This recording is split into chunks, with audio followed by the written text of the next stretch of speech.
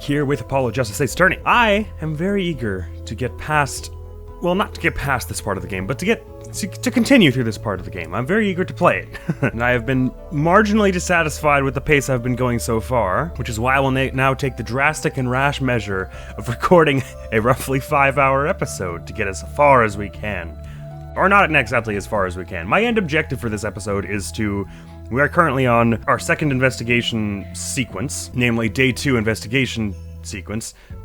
Sorry, namely Day 2 investigation. That was a weird way to say that. Which means we have yet to go to our first trial sequence. Or sorry, our second trial sequence. Man, we have yet to go to our second trial sequence. So my end objective for the end of this episode, because we usually get through a trial sequence or an investigation sequence in about 2-3 hours. I mean, obviously, depending on how much I screw up. Me screw up, not us screw up. By the way, all that to say, I reckon my objective for this episode is to finish this investigation sequence, because I feel like we're reasonably far in it, and then go through the entire, I assume it'll be Day 3 trial sequence. I don't know I'm reckoning that won't be the end. I'm guessing that there will be at least a Day 4 where, actually, I sort of can't remember from the old games. I know there were certain cases where there would be 3 trial sequences, but I can't remember if any of them ever went to a Day 4 for the third trial, which I guess they would have to, right? Because the first day would only ever be investigation, because he wouldn't hold a trial the same day as a body is found. I can't remember. I guess it has to be. Either way, point being, I'll try to get to the end of the next trial sequence we get this episode, which means I have to start and go really fast and far. Well, not really fast, because I have a lot of time. We'll see. I think we had just basically examined every room that we can be in right now to its completion. So I think what we decided was that we're probably going to have to start showing people some stuff. And just for my own peace of mind, so I believe the only 2 people we have access to for the speaking are Valent Gramarie and then La Miroir. So here is he. Oh, detention center. I haven't been to the detention center where Machi probably is. I should do that. July 9th, detention center, visitor's room. Machi may not be guilty, but he's still a suspect. But they don't have any decisive evidence. Yeah, but only someone as small as him could have gotten out of that room. Right. The air vent. And he lied. Lied? Machi Dabai can see. Well, I mean, he never specifically said anything that would be lying, although I guess he sort of implied it with... Anyways. Machi! Speak of the devil. He looks like he's doing okay. No, he doesn't. I forget, why did we come here? It's not like we can talk to him or anything. Words are overrated. Feelings are what matter, Apollo. It's kind of hard to build a court case on feelings. But since we're here anyway, might as well get what I want to say off my chest. If you need someone to complain to, I'll listen. I think she's actually worried for me. So I guess I can just talk at him and see, well, I guess, may as well, right? This will let Apollo, rubber duck it, I suppose. Although that's not a very nice way to use poor Machi here. So, what did you think of the trial today? Whew. I'm glad he doesn't understand English after all. If he did, he would have been scared out of his mind by that trial. Hey, all's well that ends well. You have to be more goal-oriented. If he's not guilty, we win. No, if he's innocent, we win. Machi might not understand English, but I bet he gets that better than you do. What, that if he's innocent, we win? Uh-oh, something with the bracelet? What?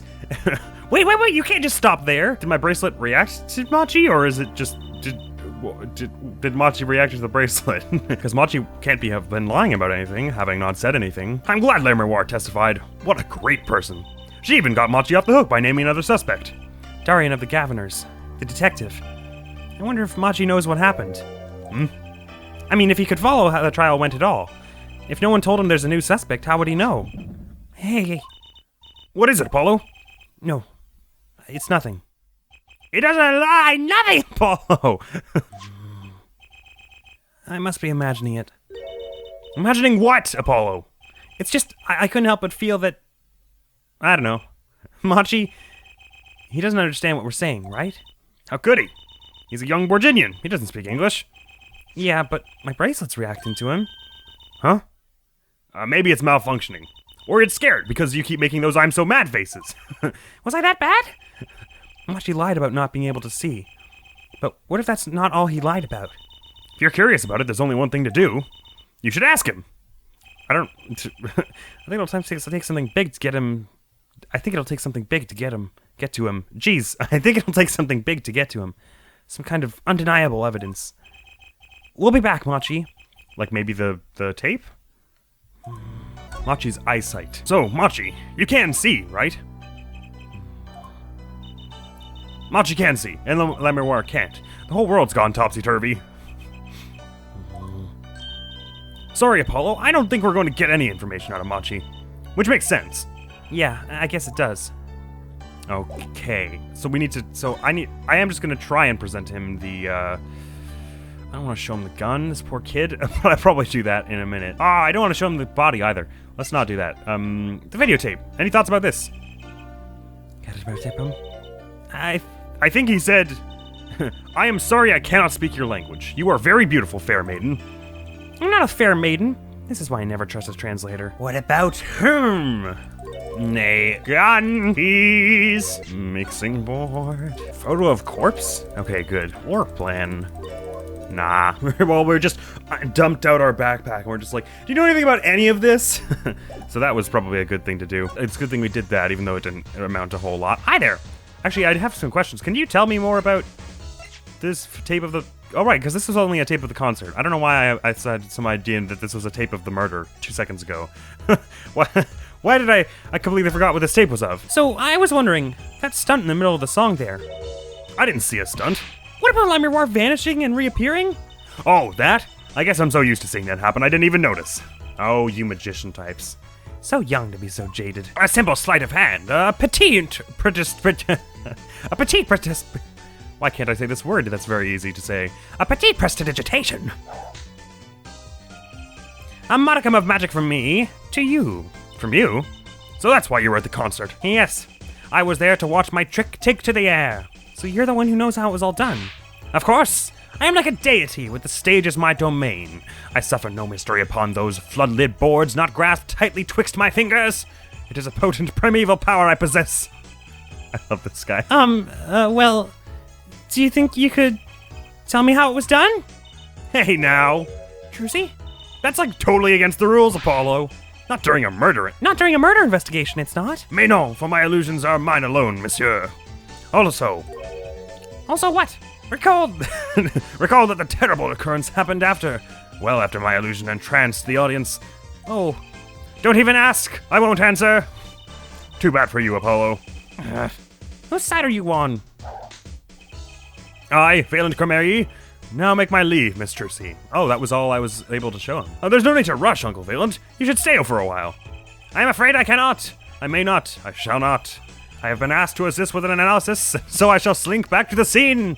So, you'll be at the concert venue today? Correct. If you would call on me, come to the Coliseum. Oh, I was going to do that anyways. See you later, crocodile. That's funny. With a whirl of his cloak and a wink of his eye, he turned and walked through the door. Normally. Well, there you go, Apollo. Let's get cracking. All right. Valent Cromery. I've got a few more things to ask him. Foremost among them, that bit of magic that made Lemuroir disappear. And how he knows Trucy and her real father. Yeah. So let me just pull out this list of questions that are at the forefront of my mind. Forget all the other questions I have. Oh, but we can talk to Trucy now, which is also good. Never mind, we already did this. I guess I could show her stuff as well. So because there was also a disappearing of the body of Latus after that, right? Which I guess could have just been carried, but made me wonder if there was some other... But no, because we ran into there after the shots were heard, so it implies there was some other way... Oh no, wait, but we know that the body was still there when we got in there. It was when we left to go snooping around and abandoned our post that the body disappeared. So in theory, someone could have just dragged it through the door. Not that there was any blood or anything like that, which was interesting. Like, there were no drag marks or anything, so whoever did it was pretty...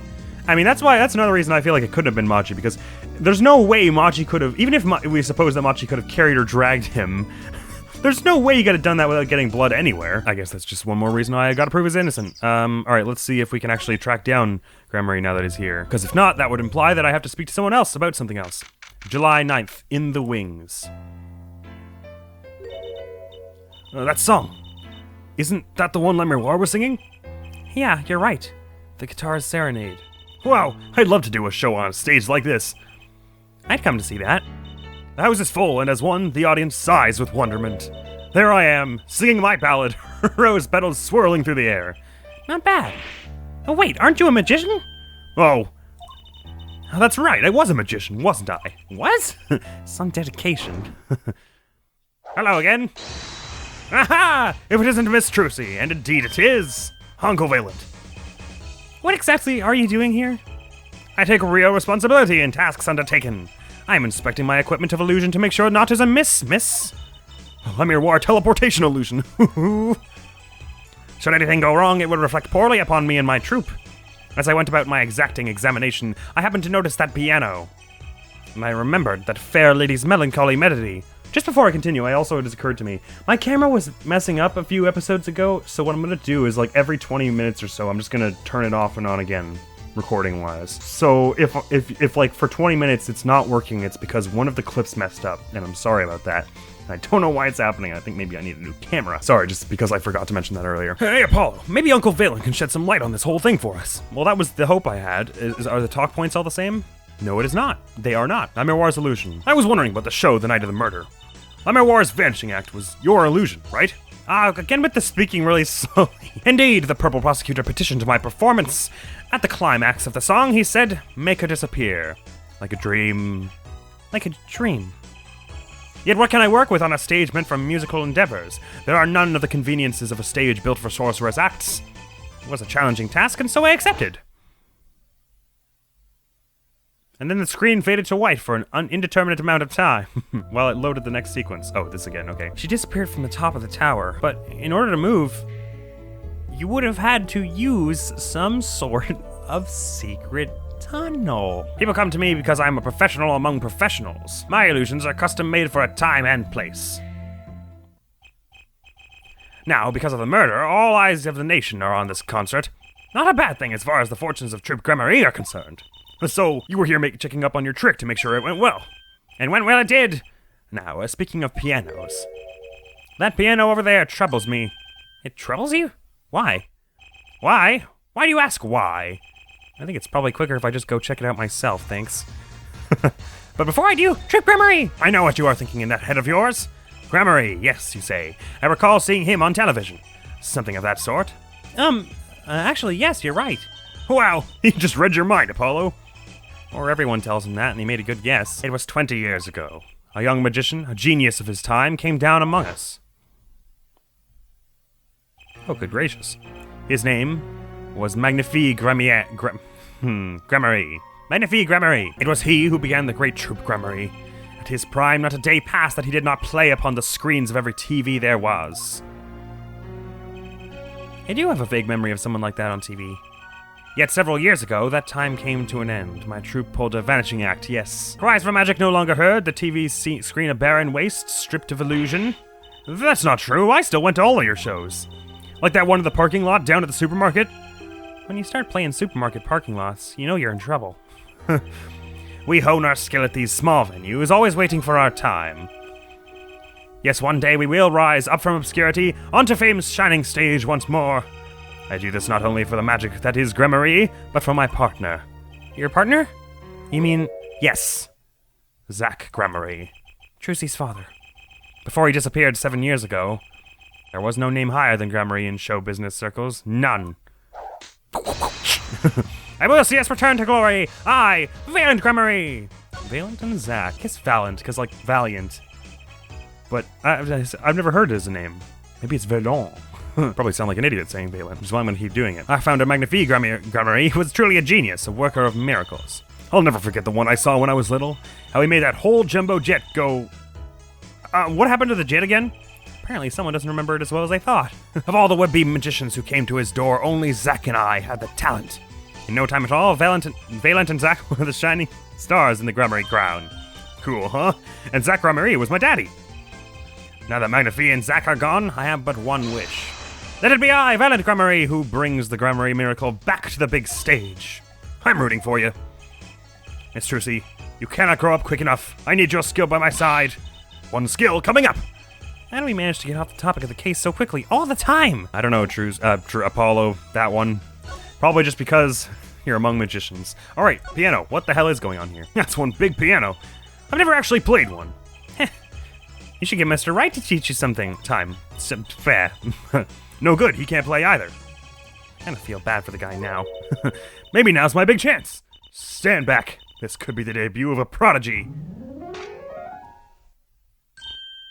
You. Did you make that noise just now?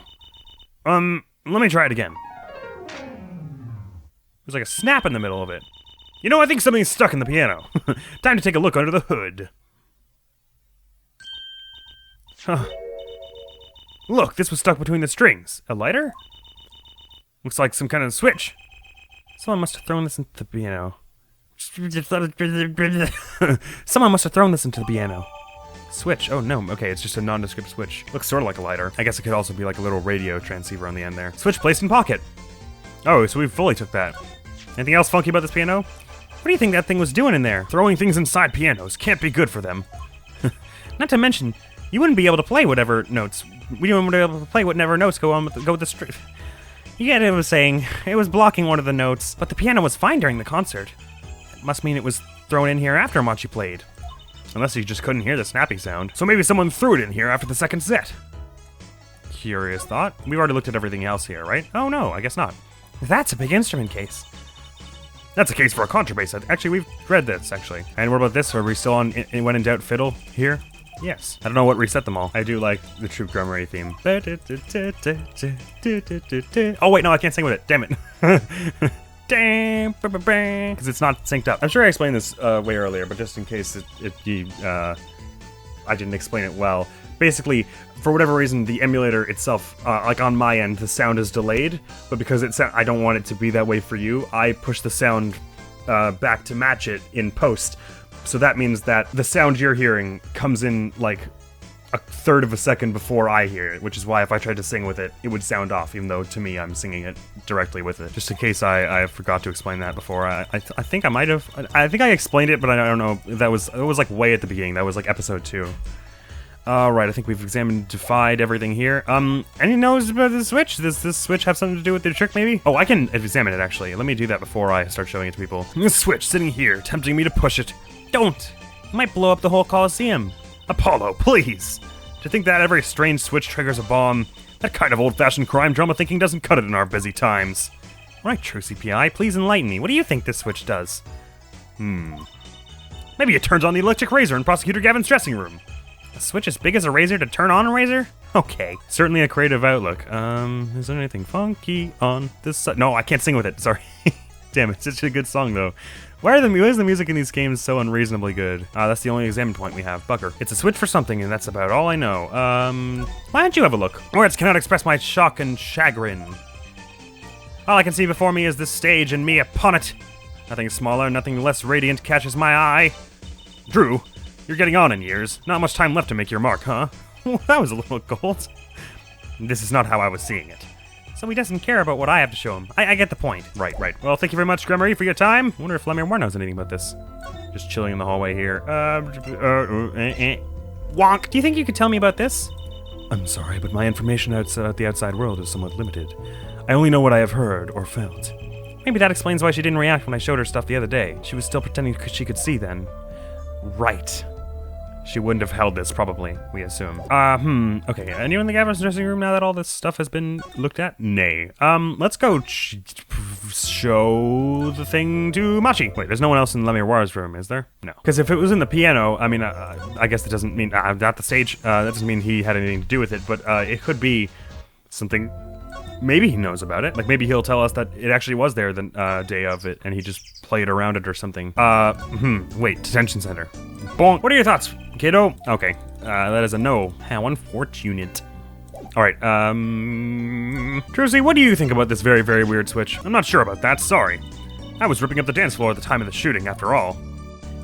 Good point. Sunshine Coliseum, backstage, I can't pick this up still, right? No. Perhaps I missed something in Lemiroir's dressing room. I'm missing some kind of evidence piece somewhere. Oh, have I showed her the brooch yet? I'm not sure that I have. Let me try. Probably remembers the feel of it if it's hers. Never mind. Mixing board? Have you ever used one of these? Madam? Please. I already tried to switch. Videotape is not very helpful, I guess. Oh, hang on. We took a look at your performance again. It was even better the second time. Thank you. That reminds me. That was an incredible illusion you pulled off. An illusion?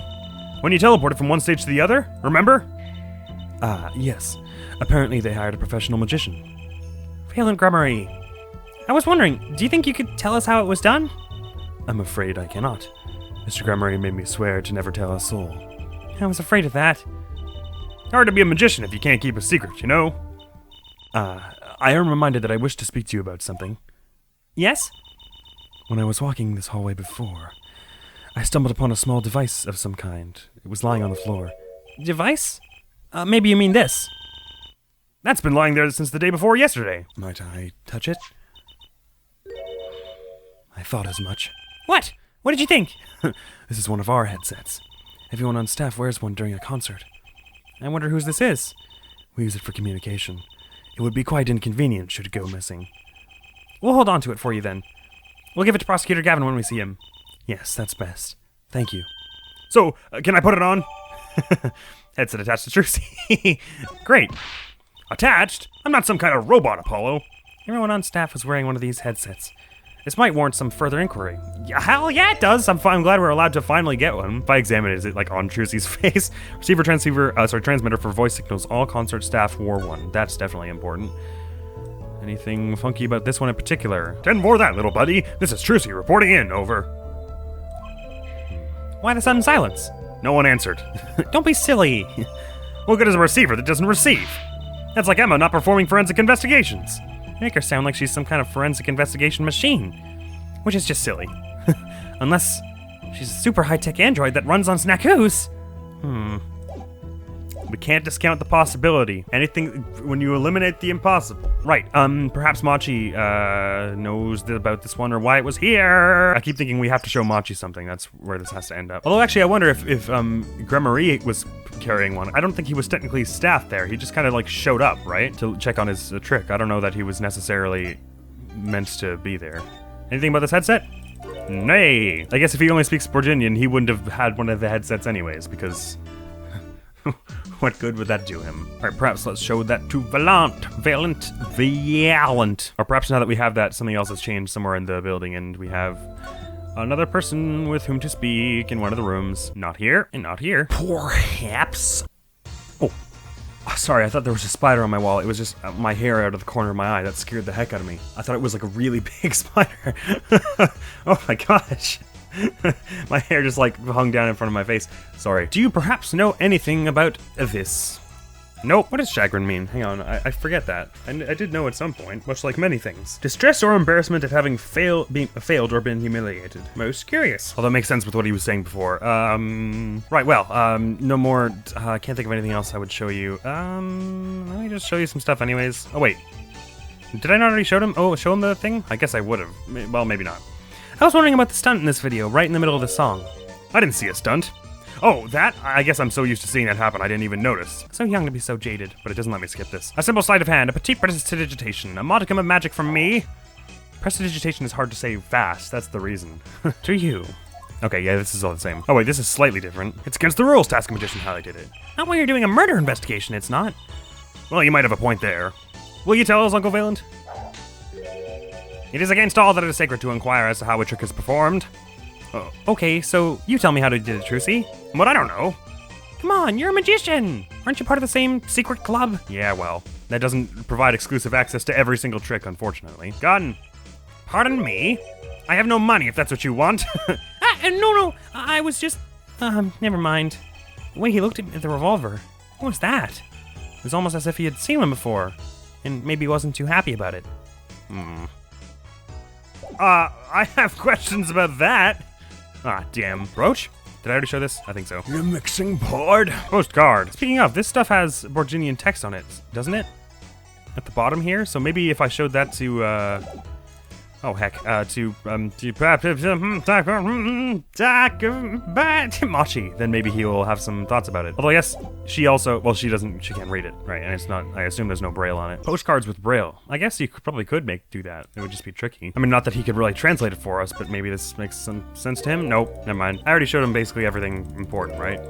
Yeah. Do you know that I'm an attorney? Okay. Trucy, did you know that I'm an attorney? Not again? You sure you like your attorney's badge? Still, I'm afraid our clients are getting tired of it. Well, I'm not, so there.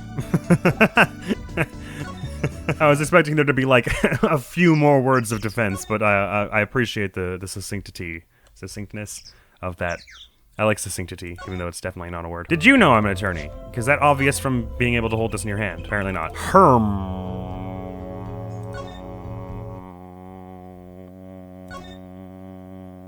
It's nothing. Once again, I'm most likely missing something very obvious during this investigation section. Actually, it occurs to me that the thing probably says the same thing in Borginian down here. I mean, for instance, there are some things where I couldn't have known where something would be applicable. Like, I couldn't have known that Gremory would have any reaction to the gun, I guess.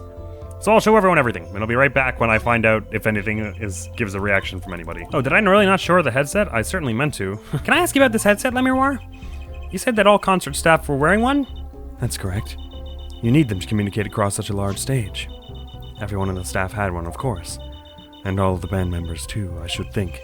So, Prosecutor Gavin and his lackeys had them on too, then? They're quite helpful, though limited. They only work within 30 feet or so. Really? After all, they're only for use on stage. And a stronger signal wouldn't interfere with the sound system. That makes sense. You'd think someone would notice if they dropped their only communications lifeline. So why was this one lying here? Okay, well that's still helpful stuff. Well, that makes me wonder, because this one has the thing as a radio thing on it, if this was some kind of jammer for all this. Ah, the proof positive of your profession, yes? Yeah. Might I have a look? Oh, what's this? It is gone! Ah! What did you do with my attorney's badge? Don't be alarmed. Miss Trucy, take a look into your toppet if you would. Ah! It's your badge, Apollo. What's it doing in there? That was amazing, wasn't it, Apollo? He called that pouch at her waist a toppet? That's some kind of magician speak? I thought he was saying top hat with like a weird accent. Go toppet! Yet nothing else gets a reaction. I do really like Machi's outfit. It's just, like obviously it's a little, not sort of thing you'd probably go walking around day to day in, but it's pretty cool. This sigil on the neck as well, and the little collar. Right, nothing got a reaction of him. I'll show everything to Trucy. I'm glad Trucy's I don't know anything quote is very short. Right, I think we've already examined everything here, not that there should be anything here. I guess I didn't examine everything in the detention center, not that I expect to find anything. Except the camera and the officer. That security camera's looking at me. Why do I feel this sudden urge to make a silly face? Because you're a rapscallion. A security guard. He stands here watching this room. His eyes when he looks at Machi are gentle. Maybe he has a kid the same age. Curious thought. Wouldn't be terribly surprising. We've already definitely examined everything of note out here, I would have said. Which is to say very little. Oh, I didn't miss the sign. Look, a massive sign for the guilty as charged tour. A giant Prosecutor Gavin stares out over the arena. What? Really? Wait. Where? Is that supposed to be him in the middle? It looks like a gargoyle to me. Ooh, maybe I can take it to the office when they're done with it. Where would you put it? You couldn't even get that thing through the front door. Then I'll put it outside. I bet it'd be good for business. Just as long as no one comes expecting us to prosecute. Well, if anyone comes looking for a concert, leave it to me. Is this part of some twisted plan of hers to make her singing debut, I wonder? Yeah, she's really not letting that go either. Their murder weapon is in this bush! No, okay. This is weird. I'm pretty sure I've showed everyone everything, and I can't think of anything else I'm missing evidence-wise. Oh, wait, there's someone in Le Miroir's room? What did I do? That changed that. July 9th, Le Miroir's dressing room. I wonder who. Uh-oh. There's only one person I know who can munch with such venom. Hi there! What are you doing here? Hello, Emma. You're looking as grumpy as ever. Oh, am I supposed to be happy? You give me the second degree in court, and Prosecutor Gavin makes me look like a fool. You're talking about the bloodstain Mr. Latouche left? My department chief had a field day with that one. Even a blind person could see the shooter wasn't blind. Funny guy, huh?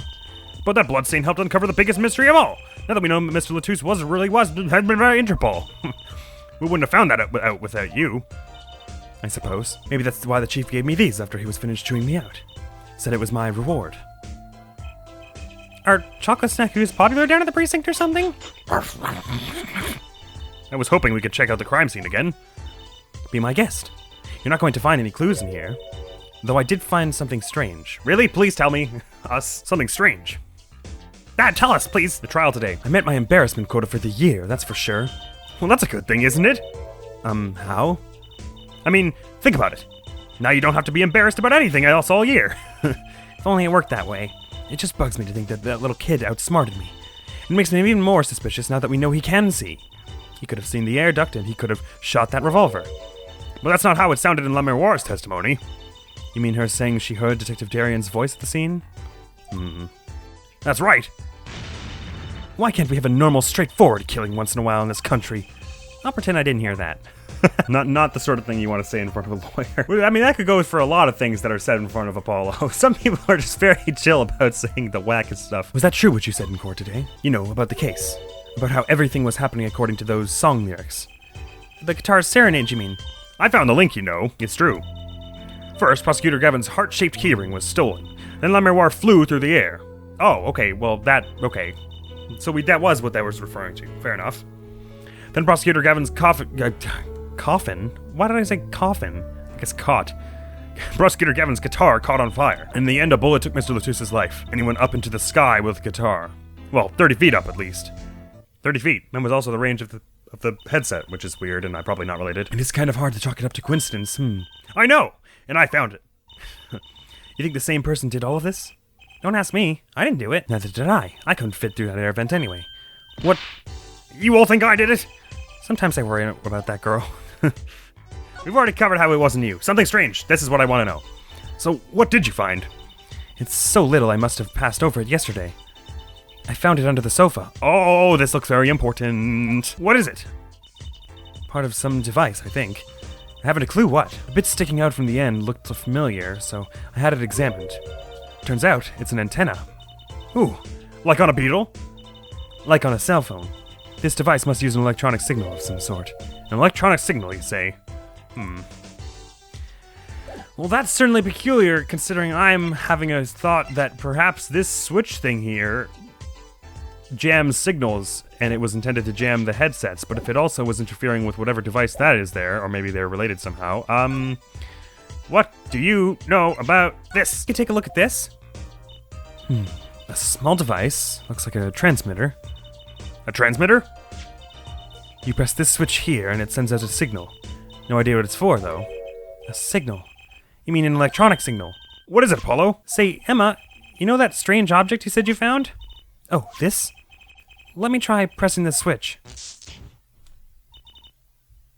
It made an uncomfortable sound and maybe shocked me a bit. Ouch!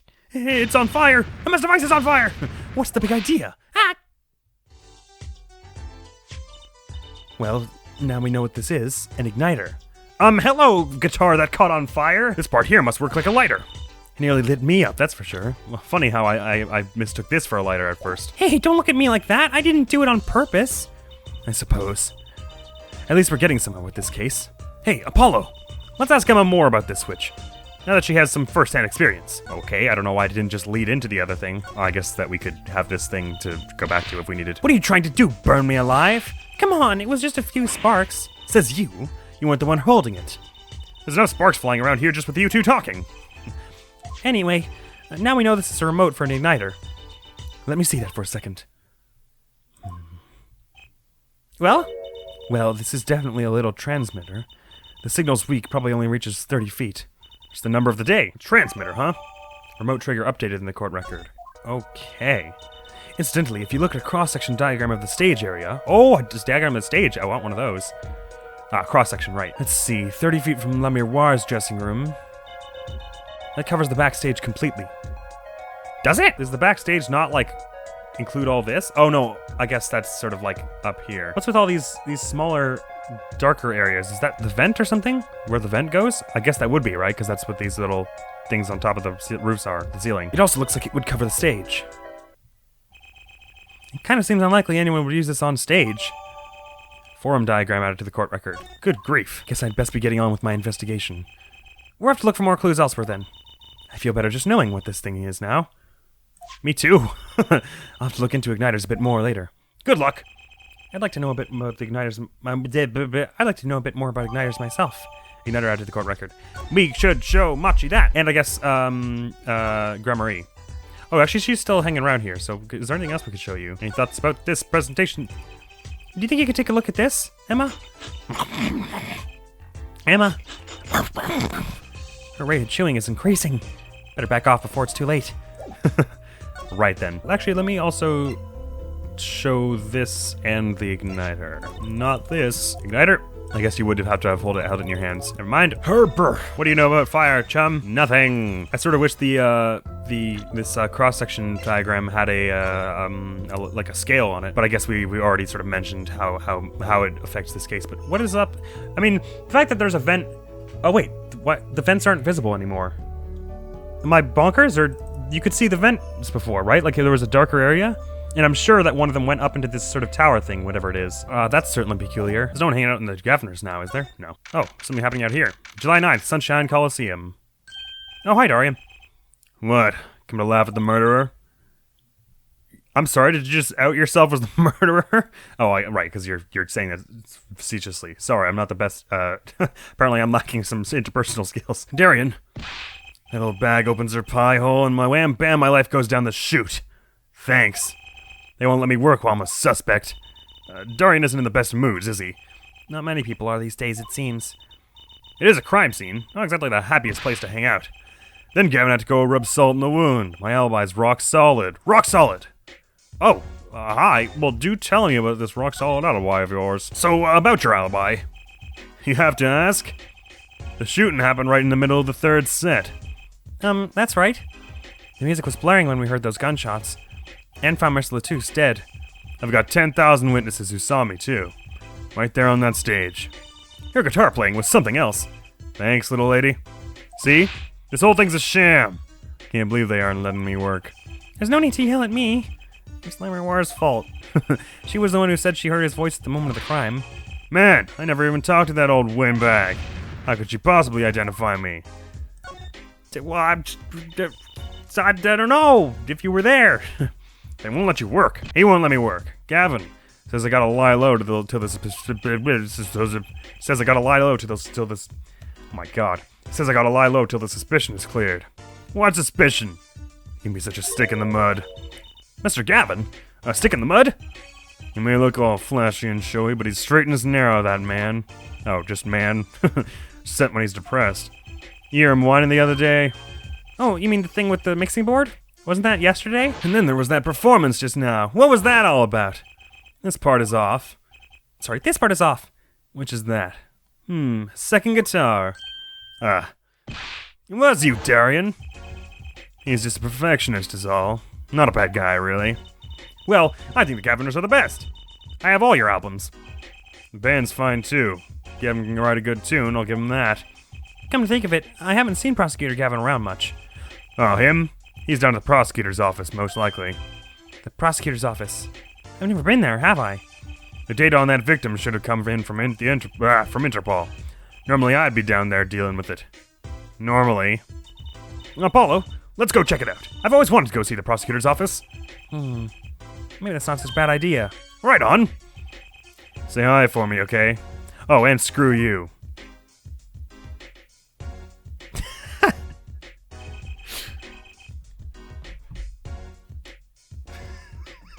And tell him I want into that crime scene.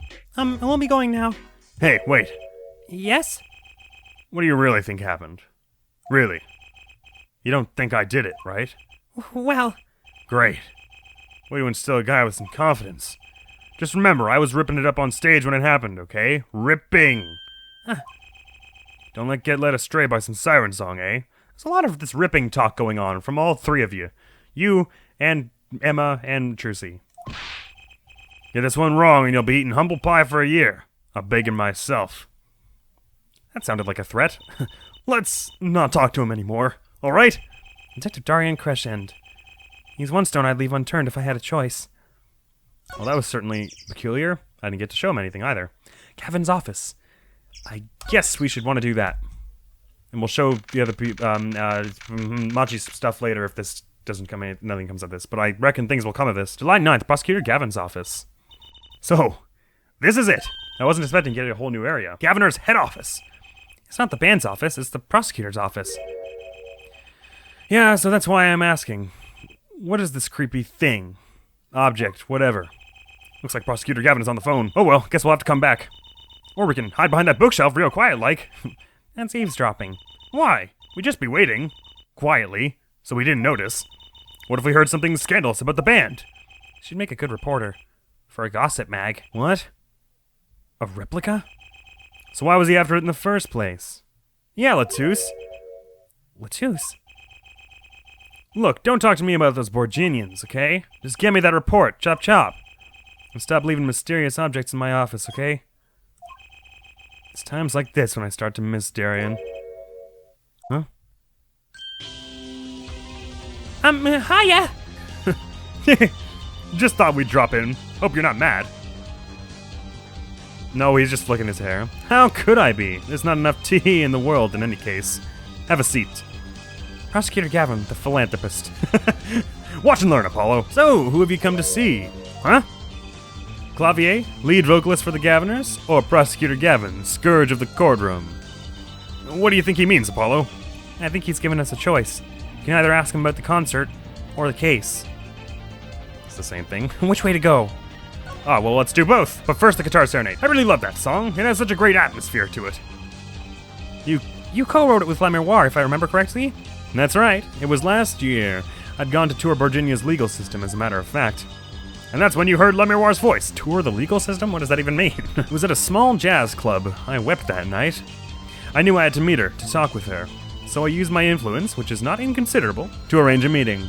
Wow, prosecutors really have a lot of clout. I think it's more that he's I think he's sort of a special case, Trucy. Thankfully, she liked the work I did and wrote a song right there, backstage. Machi on piano, that dulcet voice, and myself on a guitar that I borrowed from La Miroir. And music history was made. Also, what was he talking about? Replicas and stuff? Sorry, I should not forget that. The guitar wasn't actually his guitar or something? Maybe it wasn't the guitar he was talking about. Probably not an average experience your average lawyer would ever have. Like Apollo, say. I said average here. I'm always mixing up my lines somehow. It is a memory I hold dear, and the song we wrote that night was this. And that very guitar is right over there. You mean this charred lump? Don't call it a lump. That's a piece of history. And it's only browned, not really charred. No matter. I shall never sing that song again. I wouldn't have used that guitar again either if I could have. What happened during that song anyway? Why did his guitar suddenly catch on fire? Do you think you could show it to us? Your charred, slightly burnt guitar? I'm sure he doesn't mind. What more could happen to it? But also the case. That reminds me, did you see the paper today? Yes, I always read the TV section. Good girl. How about you, hair forehead? I read the funnies. Then you will not have seen this. Concert of Tragedy, the prosecutor's deadly song. Who? Is that a new show? I haven't heard about that one. It's not a show, it's an article. News, you know? Oh, does this have anything to do with the case? Yeah, I think that's, I reckon that's where it's going. Since getting back from the trial, my phone has been ringing off the hook. How does it feel to take a man's life with a song? Have you ever hummed a man all the way to death row? Do you think you could sing for me over the phone? Oh man, that's a little dark. It is endless. Endless. Thanks to the case you made today, of course. Oh, that was all Apollo's idea. Hey! Is that a newspaper over there, too? Looks Borginian. Ah, yes, the Borginian Daily Bugle. Is Daily Bugle not the Spider-Man? Never mind. Go ahead, take a look. Thanks, but I can't read Borginian. Well, there's the postcard anyways. Oh, that's right. Suffice it to say, this is big news over there as well. Though they didn't go so far as to mention the lyrics to my song. Probably no one in Borgini can believe it. It's probably seen as just a theory at this point. Their journalist didn't see the need to mention it. That makes sense. I hardly know what to think of it myself. Virginian newspaper added to the court record. Maybe Machi has some thoughts about this. Miroir's testimony will probably be in the evening edition, I imagine. Which is why I've had Darian step down from the investigation for now. Yeah, we ran into him moping in front of the Coliseum. Miroir was my invited guest, so it is a rather delicate situation. You understand how much I want to solve this case. Quickly, if possible. I know the feeling. Hey, any thoughts about this? Oh man, I've got 3 pages now. Igniter! My apologies, but there's no way I'm going to talk details about the case with you. Right, that does make sense. I'm sorry. If you want to get my attention, bring me something dramatic. I'm not here to get your attention, Gavin. I'm here to get your information. I don't know, you hesitated there. Right, well, I suppose let's not, maybe the videotape? Just ask him about that? No, never mind. Alright, I also haven't thrown my eyes around the room yet. There's all kinds of crazy stuff going on here. That was an impressive bit of pyrotechnics that did this. That's a guitar from the concert, isn't it? Whoosh! I thought it was one of those, stage, I think he said some playing a gag on him. I never guessed that wasn't the end of it. I had a specialist analyze the guitar, incidentally. Oh? Did you find anything out? He didn't have a lot of time, so it's still unclear. But the results he came up with were intriguing. Intriguing? How does that guitar tie into everything that went on? Sounds like something we should ask about. Okay, sure, but I'll examine the rest of it first. What's that on the plate there? Is that gum? Gum? Maybe he was chewing it when the phone rang. So he put it on the plate for later consumption. You'd think a rock star could afford a fresh stick. Don't jump to any conclusions now. That's no chewing gum. Take a closer look. Although I really shouldn't be offering, should I? What is that? Looks like a lump of plastic? Wait, that phone call.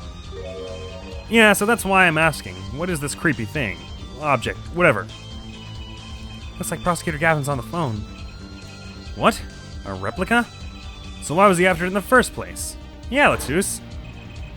Prosecutor Gavin, does this have something to do with Mr. Latouche? Wait a second. You were listening to my phone call, weren't you? Who, us? I tried to stop him, really, but he forced me to. Hey, you were the one digging for a scandal, Miss Reporter?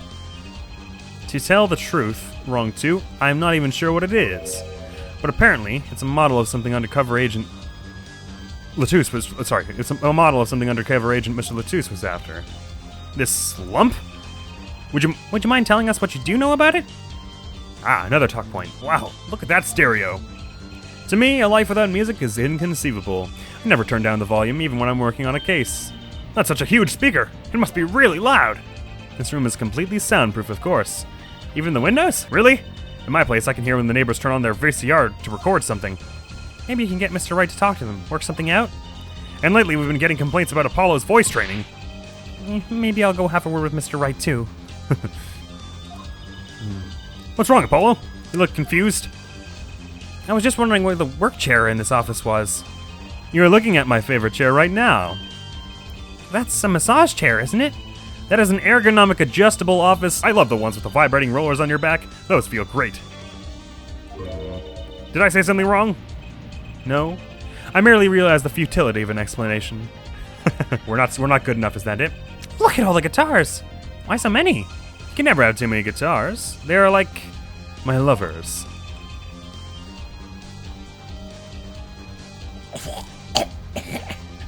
Ew. I didn't just hear him say that. They're backup guitars, Apollo. Don't you know anything? Rock and rollers always smash the guitars at the end of a show. No wonder it's so hard to make it as a musician. You know what? You should try rocking a little, Apollo. And breaking his guitars while he watches? It might be a little too rocking. Of course, I would never do such a thing. Did I not say they are like my lovers? Do I seem like the kind of man who would do such a thing to ones he loves? No, not at all. I mean, you're Mr. Gavin, upstanding prosecutor. What happened to Prosecutor Gavin, God of Rock? So gross. Don't ever say that again. Gavin. Oh God, the speaker is on this whole desk. His desk is an overturned speaker. I didn't realize that until just now. What's going on with this, screen up here? Is that Terry Falls? This display shows all the evidence for the case. Look, Apollo, he's got 3 televisions. Hey, don't look at those too closely. I'm still sorting out the details. Each monitor shows evidence for a different case. He does them all at once? I wish I had 3 TVs. What would you possibly do with 3 television sets? I may look laid back and relaxed, but in reality, I'm quite busy, you know.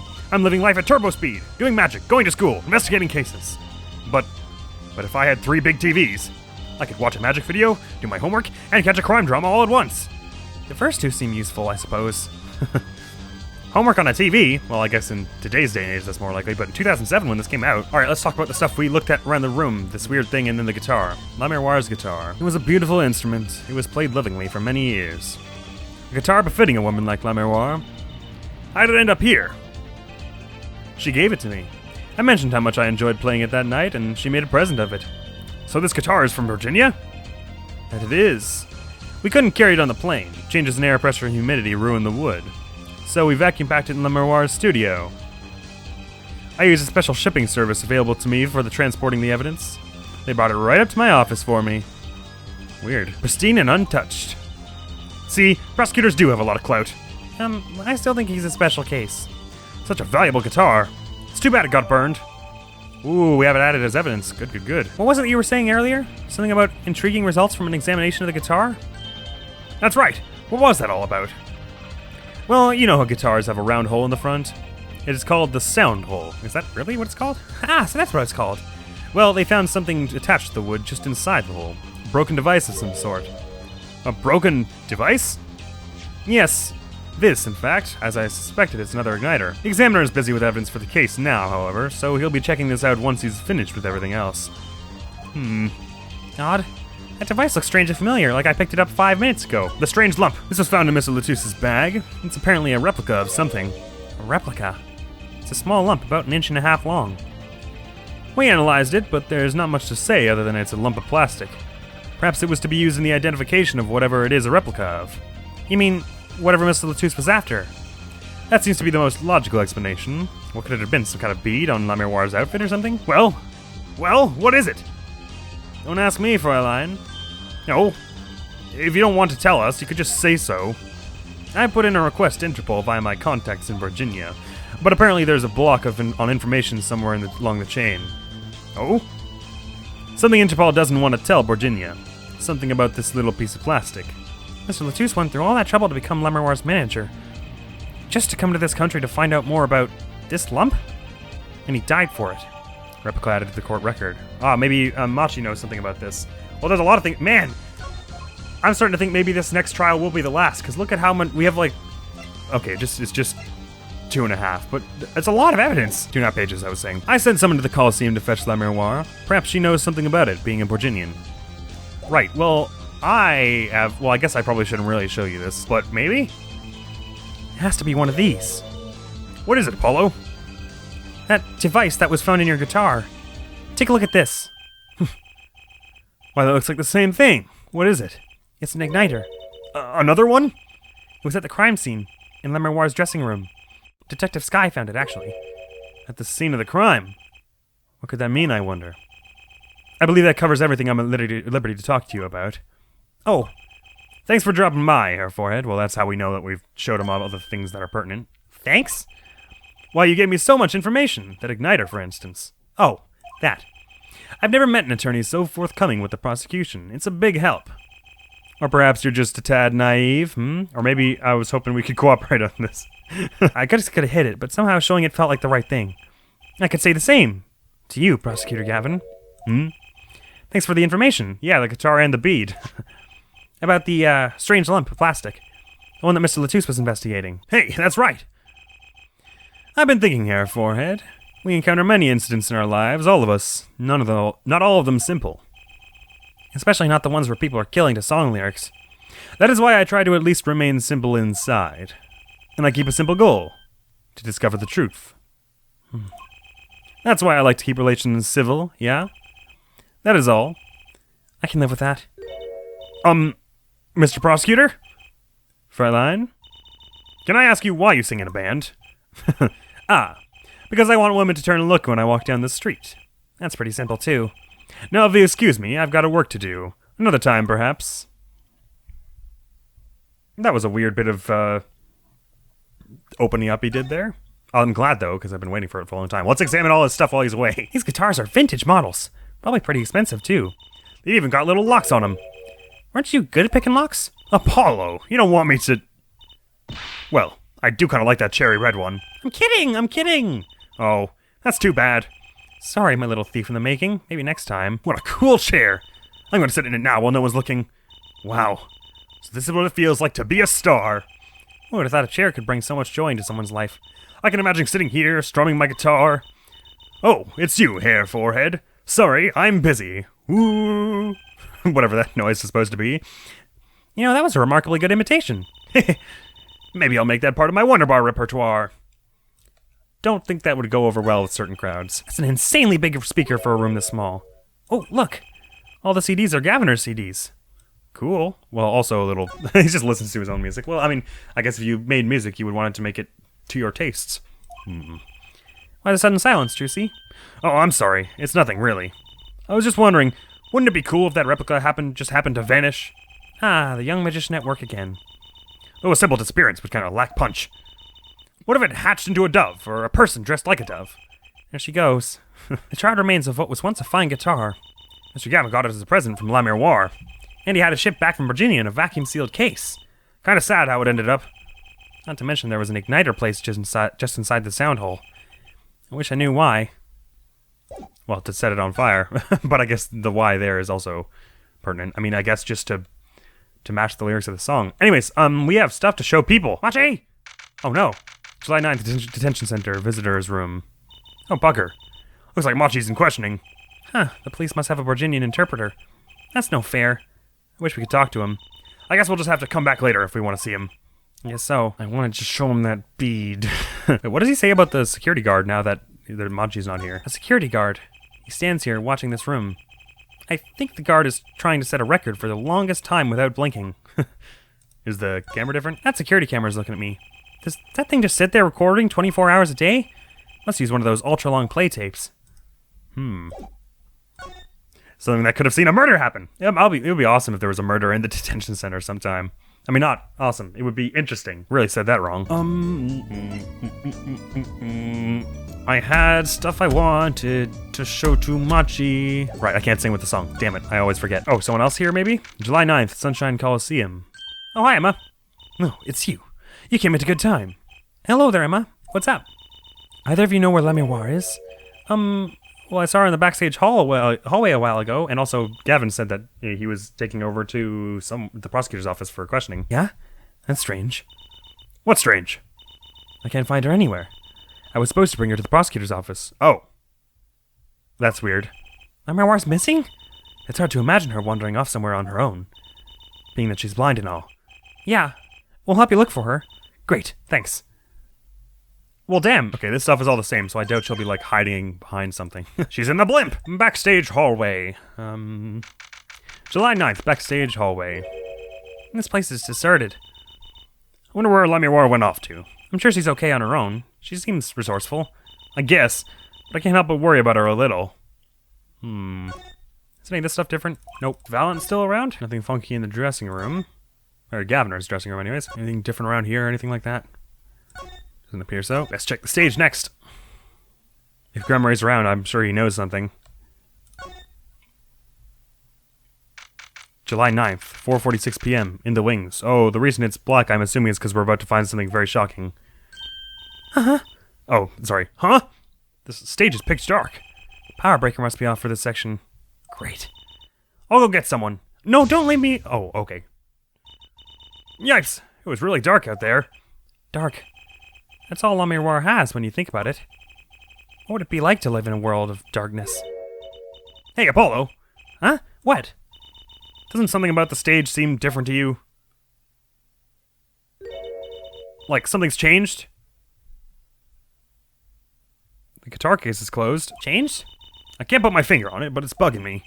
No, it's bugging me too. What's she talking about? Guitar case, although I'm curious about if any of these things are different. Nope, hey, that case! Ah, where'd my mouse go? Sorry, hey, that case. Wasn't that open before? Huh, I guess someone closed it. Wait, look, where the case closes. Yeah, there's like cloth sticking out. Something's sticking out. That doesn't look like an instrument. It's not L'Amiroir, is it? You don't think it's... Let's open it, Apollo. Oh my god! Ah! L'Amiroir! L'Amiroir! Emma! We have to get Emma! L'Amiroir was taken directly to the hospital. Emma ran around barking orders, making phone calls. Trucy just clung to my arm and cried. And me, I was still in shock. 2 bodies in 2 days is too many. July 9th, 5:53 p.m., Hickfield Clinic. Oh, sweet Jesus. Waiting room. Emma, how's L'Amiroir? Is she okay? You. We all owe you a big thanks, that's for sure. So, she's okay? Yes. She came to a short while ago. You found her before it was too late. Jeez, what happened? That's good to hear. So what happened? Someone attacked her. She was struck on the forehead. By who? We don't know. But they hit her on the forehead, right? That's right in front of her. How could she not see... Oh. Right. Would you like to see her now? Is that alright? She wants to thank you for saving her life. The only other worst person there was Grimoire, right? Or I guess maybe, other people could have been there, but like... The only one we knew who was there at the time. I wonder where he went off to if he wasn't there. L'Amiroir! Mr. Attorney, you were the one who found me? Thank you. From the bottom of my heart. I'm just glad you're okay. Tell me, what happened? Where were you when it happened? Attacked! It was after I spoke with you in front of the dressing room. I sensed someone approaching. I thought it might be someone come to see me, but they said nothing. When I went to return my dress to my dressing room... You were hit? I knew, that very moment I knew. The assailant was trying to kill me. Ugh! It was lucky for me the first blow did not knock me out. I turned and ran for the stage. Someone was chasing me. I could hear footsteps. But I reached the stage first. Why the stage? I'd overheard maintenance people talking. The power to the stage area was off, they said, for electrical work. Ah! Darkness is my ally. There was a contrabass case near the stage. That is where I hid. So the assailant couldn't see you? Once in the case, I'm afraid I passed out. Wow. Sounds like a really close call. Oh, so you passed out after. Okay, that's well, man, that was a fortunate turn of events. Good thinking. Do you have any idea who it might have been? Unfortunately, no. Whoever it was, they said not a word. Any idea how heavy their footsteps sounded, maybe? Too bad. Yet when I consider that I was struck high on the forehead, I must conclude that whoever hit me was taller than I am. Good point. She's sharp. And you are much taller than I am. You're about as tall as Apollo.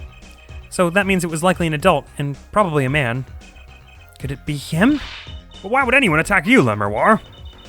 The detective asked me this too, and to her I gave the same answer I give you. I do not know. Certainly sketch. Do you know anything about this newspaper of which you are featured? I'm sorry, I'm not quite recovered from the attack. She looks like she's had a rough day. I'll just put this piece of evidence away for later. Yeah, sorry. That was tasteless. My bad. Let's examine the clinic, for reasons. Some visitors are here in the waiting room watching TV. Murder during a concert at the Sunshine Coliseum. Huh, looks like we're on the news. With his current hit song, Guilty Love is in the courtroom as a... With his current hit song, Guilty Love, is in the courtroom as a prosecutor, singing the defendant all the way to the death row. That was weird. Prosecutor Gavin this, Prosecutor Gavin that. Where's my 15 minutes? The Guitar Serenade, on sale now. That must be a recovering patient. He keeps staring at us. What's so unusual about an attorney and a magician? Nurse watches, hawk-like, from the reception desk. She glares at me whenever I talk. Maybe my voice carries? It's probably all that voice training you've got doing. The door down the hall reads X-ray room. Never did like X-rays. I don't think I'd enjoy looking at someone's insides. Spotting nervous tics is intense enough. Right, there wasn't anything else I don't think we want to trouble her anymore, but also I don't think there was anything else we really could show her. I wonder how that changes everything else everywhere else. Is Machi out of the detention center yet? Nah. Let us head back to Sunshine Coliseum. See if anything's different now that all that fighting went down. On the stage even, perhaps. Actually, she said she was in her dressing room, right? So that if there's any different evidence, it could be in there. The giant instrument case that Le Miroir was hiding in. Things like this wouldn't happen if people didn't make such big cases. Well, actually, then she wouldn't have had anywhere to hide. I'm not sure the case is to blame here, Apollo. We have to find whoever did this to her. No one hits a siren of the ballad and on my watch and gets away with it. Don't worry, we'll find her assailant. One way or another. Perhaps even in the courtroom. Right. Is any of this different, by the way? Nah. Let's check out Le Miroir's room. And maybe, is Emma hanging around? No, she was just at the clinic, so that doesn't seem likely. Actually, nothing seems terribly different here. Just wondered if maybe the, whoever was assailing her was in here doing something. Right, well, let's check out the governor's room, and if not, maybe I'll show people some new evidence that I've got, because I have a handful. No one messing around in here. At a glance, that is. Right, well, there's no one around here anymore. Perhaps Gavin's office, I can go and show him some stuff. Nope. So who can I speak to now? Just Le Miroir. Okay, maybe actually there was something I was supposed to show her then. No idea about this thing? Le Miroir, I wanted to ask you about this. Do you know what this is? This is what? Mr. Latouche was carrying it. It's a replica of the thing he was after. He was after? You know, in his secret identity, as an undercover agent. So that's what he was doing. You mean you know what? Yes, I know, of course. This must be a Borginian cocoon. Or rather, a convincing replica thereof. Why haven't I heard of a Borginian cocoon before? Have you heard of Virginia before? Why would he be carrying this thing around? Was it some kind of souvenir? I wonder. Well, no, he was carrying a replica. The Borginian cocoon. Well, they call it Borginian. It must only be found in Borginia. For certain, all in Borginia know of these. It's a cocoon. So, do you get silk from it? I do not know the details, I'm sorry to say. I thought she said all in Borginia knew of these. There is one fact I do know about the cocoon, though. Something all in Borginia know. Is it flammable, or something like that? What's that? The cocoons. They are not to be taken out of the country. If someone does and is caught, they will be put to death. To death? Why? I do not know. Yet if Interpol was involved, I'm sure there is a good reason. But this is just a piece of plastic. He was carrying a replica, but looking for the real deal. It's my best guess. So that's what he was up to? Tracking down Borginian cocoon smuggling. Smuggling, so I guess that would make them rare collector's items elsewhere. Black market stuff. It seems I was marked. Marked? Life changed for me with the popularity of my songs. I began to travel around the world. Ah, so you could have brought those Virginia cocoons with you. On my trips, yes. That was probably a suspicion. And Mr. Latouche was placed as an undercover agent to look into it. Virginia is a small, sheltered country. Not many of our people venture into the world outside. I'm not sure if it said sheltered. I accidentally skipped it. Is that why they suspected you? But Mr. Latouche wasn't a Virginian, was he? He was an Interpol agent, which means... What, Apollo? Well, there must have been some reason other than other countries didn't want cocoons out. Something scary enough to get Interpol involved. Huh? Like what? How could such a tiny ball of thread cause such a commotion? Cocoon smuggling. And Mr. Latouche had Le Miroir marked. Maybe they were flammable or poisonous or something if you taste them? It couldn't be her. Huh? There's one other person I need to talk to. Thank you for talking to us, Le Miroir. It was the least I could do. Actually, I have another request. If it is within my power. I need an interpreter. Someone who speaks Virginian. Apollo? To speak to Machi, of course. Would you come with us if you're well enough? I see. Yes, of course. I shall accompany you. Huh? Where are we going? Come on, Trucy. We're about to get to the bottom of this. As I'd hoped. July 9th, Detention Center Visitors Room. Machi, we came to talk to you about the case. Machi. Could you interpret for us, Le Miroir? He didn't say anything. Yes. Machi, I'd like to talk to you about when we first met. When we still thought you were blind.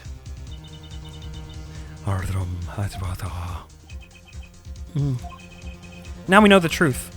You can see, right? I was completely fooled myself. Machi, isn't there another secret you're hiding from us? Wait, Mr. Attorney. What do you mean by secret? What do I mean by secret? Well... Oh, bugger. Well, I mean, I guess this is what they're getting at. Take that! If I'm not mistaken, you know something about this, don't you? Hey, you got a reaction. A big one. Machi, you didn't. Trucy and I are trained to see people's uncertainty. Not that we would have needed any training to see that one. Mr. Attorney, please tell me what this is all about. Le Miroir, please, interpret. Very well. I know you know something about this by your reaction. If you won't tell me, I might have to give it to the prosecution and have them look into it. I'd rather. He asks you to wait. Do not be so hasty. Machi? Kurt? Mrs. Ha? Do you know everything? Yes, everything. Well, sort of. No, not at all, but, like, let's just say yes. Have him tell us about it. Merska. Very well. Please. The cocoon. What is this cocoon, anyway? Merskapa. The cocoon, the silk, is a potent cure. A cure? Must cure some disease. Merskapa. Ashtho. It's a cure for incuritis. A cure for incuritis? Replica updated in the court record. A cure for what the hell? But if it's a cure, why keep it in Virginia like that? Just think of all the lives they could save by sharing the medicine, unless it's only found in Virginia. Well, that seems unlikely. I do not understand the reasons myself. Okay, well, at least we know what it is. A cure. And Mr. Latouche was after cocoon smugglers. Wait, was Machi... Machi, you weren't... He couldn't be a smuggler. He's so little. Well, you're only 15, and you're sort of a magician, aren't you? Well, that's true. I am sort of a magician. She said sort of. Oh, to have a copy of that security camera tape. What?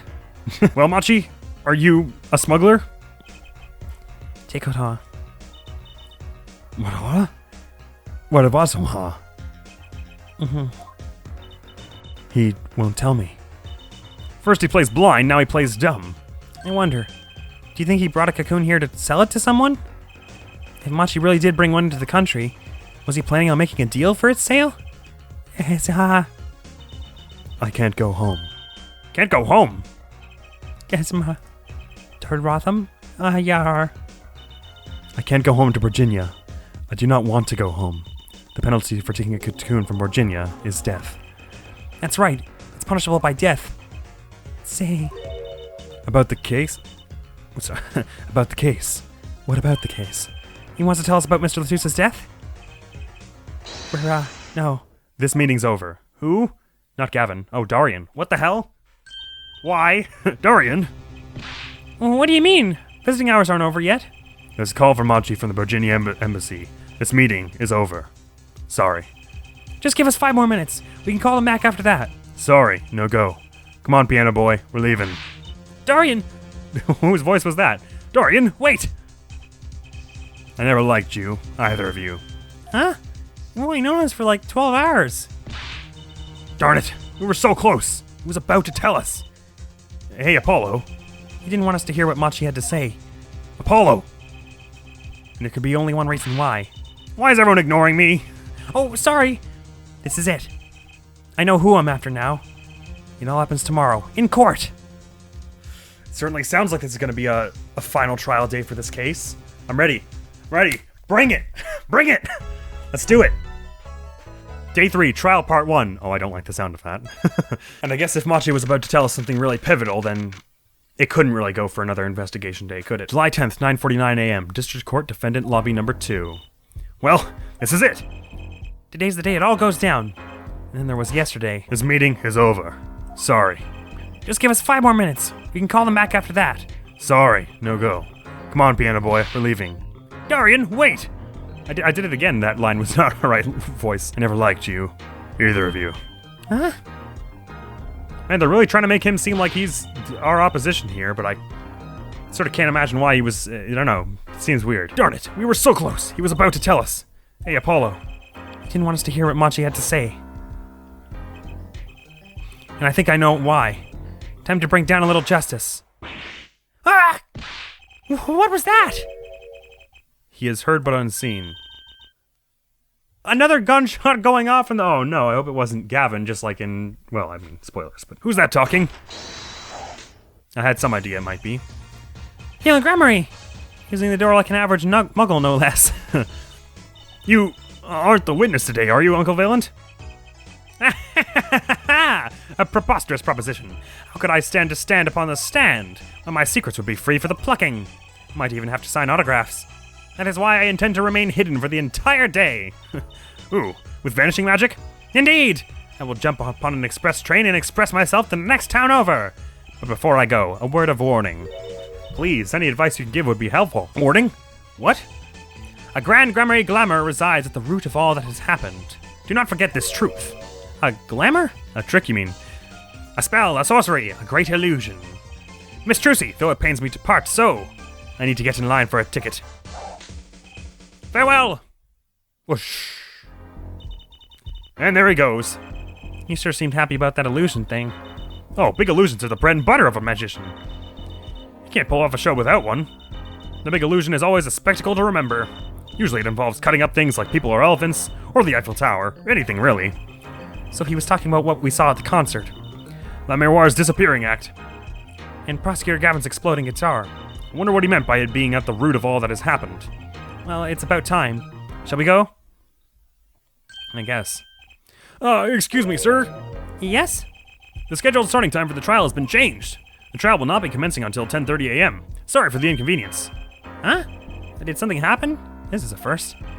It was by the judge's request. Some urgent personal business. Oh, with whoever was dying in the hospital? Great. I bet he stayed up too late last night watching courtroom dramas. Apparently he's visiting the hospital again. The hospital? I believe it was mentioned that the Chief Justice's son is unwell. Oh, right. Apparently his condition worsened considerably this morning. The Chief Justice's son? Oh, that's right. Remember yesterday morning? The judge said he had to go visit him after the trial. There's an article about it in the newspaper. If you care to read about it yourself. Incuritis? What? Newspaper article added to the court record.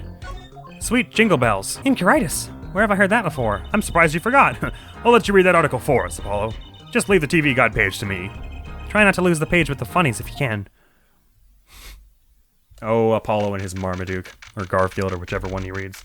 Both, why not? July 10th, 10:30 a.m., District Court, Courtroom number 3. Hang on now. Article about the Chief Justice's son who was inflicted with incuritis. Oh, that's all we know. Okay, cool. Well, damn. Man. What the hell? So I hope this ends with us giving the cocoon to them. My apologies for the delay. Court is now in session for the trial of...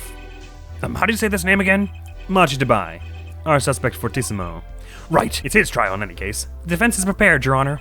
The prosecution is ready to rock. Is something wrong, Your Honor? No. Well, yes. It's just, I've been friends with the Chief Justice since we were students. It pains me to see him going through such a difficult time. Incuritis, was it? An article said there is no known cure. Here, Judge, let me say with all honesty, I feel your pain. But now is not the time for tears. Now is the time for law.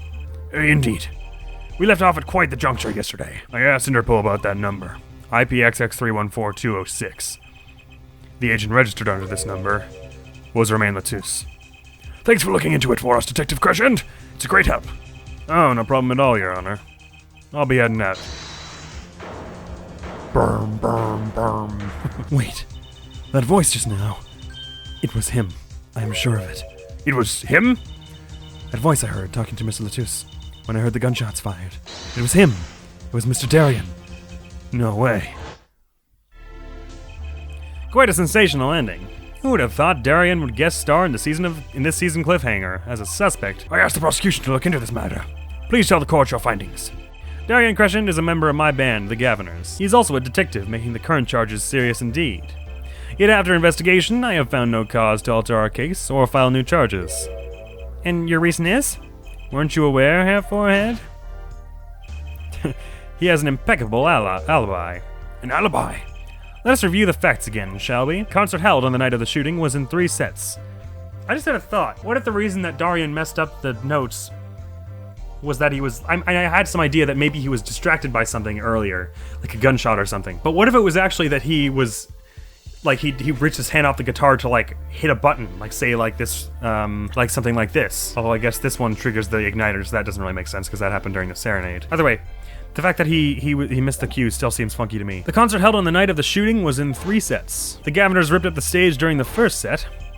For the second set, our guests took center stage. The only performers appearing were myself, Le Miroir, and Machi. Who is standing at the guitar, though? Along with a drummer and bassist, for a total of 5. I see. The shooting in the dressing room, however, took place during the 3rd set. Le Miroir and the defendant, Machi Dabai, had left the stage at that point. The thing about that tape is it's kind of hard to see who's in the background, the bassist and the drummer. And the Governors were already rocking. This is when 2 shots rang out at the scene of the crime. Shots heard by Detective Emma Skye, mind you. And Apollo. You heard them too, right? I sure did. Furthermore, Le Miroir herself witnessed the moment of the crime. I'm glad there weren't gunshots in the lobby just now. It was just Gremory being dramatic. Furthermore, Le Miroir herself witnessed the moment of the crime. Well, perhaps I should say she heard the moment of the crime, when she claims to have heard Mr. Latouche and Detective Crescent talking. But that's impossible. Detective Crescent was... Precisely. Detective Crescent was on stage, getting his groove on, no less. Voila. A perfect alibi. Does the defense have anything to add to this? It's true. When I heard those gunshots, he must have been on stage. Still, there's something here that doesn't quite add up. A few things, but I can't really place my finger. It appears the defense has no objections. I believe we can safely say that Darien Crescent's alibi has been acknowledged. Which means that Le Miroir was sadly mistaken. Her testimony cannot be true. Very well.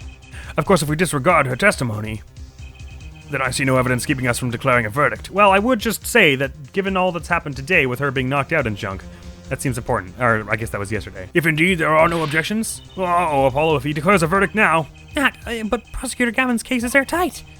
Le Miroir might have been trying to protect Machi. How can I rely on her testimony?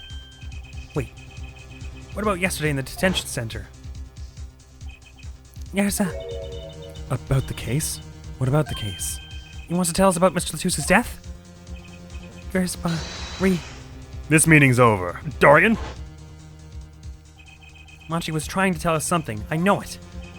Maybe the best thing to do is ask him, under oath. Very well. The court finds the defendant, what was his name again? Objection! Your Honor! No, that wasn't it. It was something like Marquis or... Mr. Justice? Your Honor, before you declare a verdict... Sorry. Your Honor, before you declare a verdict, I would like to call another witness. Exactly who else do you need to hear from? A witness who, until now, has not been given a chance to speak in this court. Because he doesn't speak English. You don't mean... I do. The defense calls defendant Machi Dabai to the stand! What? But he doesn't speak English. Well, he's an interpreter. Interpreter? I'm afraid you'll have to look elsewhere. I only speak a few phrases, such as, I love you, and where is the toilet? That's the only time I've ever seen him shake his head. The defense would like to request La Miroir as the interpreter.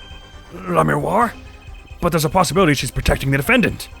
But she'd be interpreting for the defendant. Why would she lie? This is most unusual. Well, I mean, she could still lie if she didn't think Machi was protecting himself well enough. Bravo, Herr Forehead. Here, Judge, the prosecution agrees with the defense's request. If La Miroir lies, I'll be able to tell. Even with my limited knowledge of the language. Even my limited knowledge of the language should be enough for that. Well, if both prosecution and defense are for this, I see little cause for refusal. Finally, some progress. Bailiff, please show the defendant and La Miroir to the witness stand. I'm surprised she's okay, given everything that's happened. I suppose there is a first time for everything. Shall we proceed? Your name to begin with, if you would, La Miroir. Yes. He says, Machi Tabai, the defendant. This is certainly a first for this courtroom. Not that we really needed an interpretation of that message in particular. So far, so good. Very well. Mr. Justice, if you would. Huh? If I would what, Your Honor? Would what? You called the defendant to the stand, did you not? What would you have him testify about? What do I want him to testify about? I hadn't thought that far yet. Apollo, aren't you going to ask him what he was about to tell us yesterday? How can I if I don't know what he was saying? Excuse me a moment, if I might speak. Yes, La Miroir. Just now, Machi said there is something about which he wishes to testify. I'm like not entirely sure who to trust or blame on this. I mean, they're really casting a lot of doubt on Darian, and it sort of feels like at this point they're just kind of like, accept it, he's the one. But I have weirdness with all this, because there's still like a lot of lying going on with these two. I think it's mostly just coincidence that they were lying for their image and junk, and to protect each other. Machi wants to testify about something? What could it be? What sort of testimony is he talking about? One moment, please. The suspense is killing me! What? What? Well, La Miroir?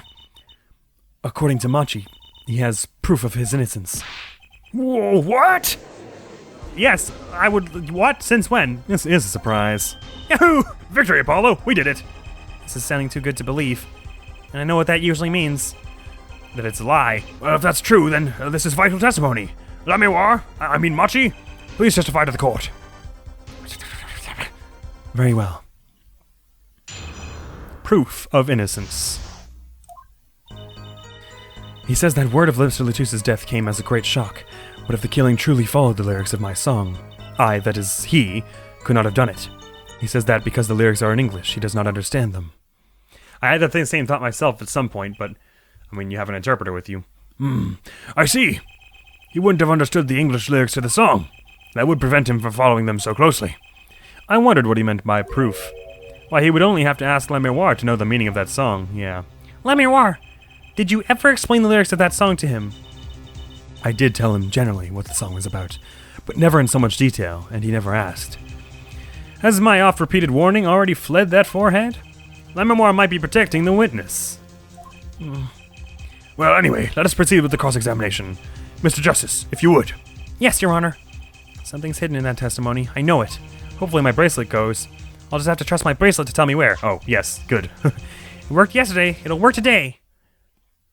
Because I was about to say, I'm just going to be pressing on and everything otherwise, because I didn't notice any obvious contradictions up front. He says that word Mr. Latus's death came as a great shock, but if the killing truly followed the lyrics of my song, I, that is he, could not have done it. He says that because the lyrics are in English, he does not understand them. Yay! I knew he was innocent. I believe he is too, Trucy. I do. What's wrong, Apollo? You got a tummy ache or something? Something's hidden in that testimony. If it's truth, I'll find it. Alright, which point of this would it be? How many are there? Just the 4. Let's check the 4th one here. It's just Machi, right? I'm not looking at La Miroir? Right, no, okay. He says that. Oh, I can see his eyes behind the thing, that's weird. Because the lyrics are in English. Oh. She keeps glancing at her. Gotcha!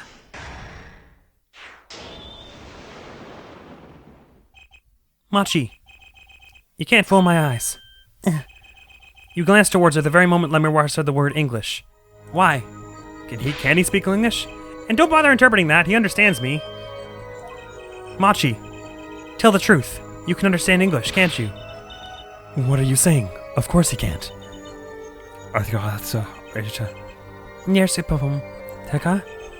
Must he continue this charade? Mr. Justice, Machi says this. I know the word English. Huh? Before coming to this country, he heard me speaking English. He learned the name for this language, that is all. What? Give me a break! Is that such an unusual word to understand? Do you not know Espanol, for instance? Well, yeah, but... I'm sorry, but he truly does not understand your language. Well, then explain this. How does he know the crime followed the lyrics? Have you always been such a suspicious-minded lad? Well, ever since I got into law. It is simple. So simple it hardly requires an explanation. He read about it in the newspaper. The newspaper? But the newspaper doesn't mention the lyrics. Bada-bing, bada-boom. The newspaper? Virginian Daily Bugle. You can buy it in this country nowadays, you know. They've already begun to report about this case in our homeland. I was right. What is wrong, Mr. Justice? Your eyes there are quite fierce all of a sudden. Machi is lying. Maybe it's time to show them proof that he's lying. Take that! I have here a Virginia newspaper, the Virginian Daily Bugle, as a matter of fact. Indeed, there is a feature article about the case. Could you read this for me, Machi? That's right. It doesn't mention the lyrics. What? What is this all about? I'm sorry, Machi. You couldn't have read about the lyrics in a Virginia newspaper.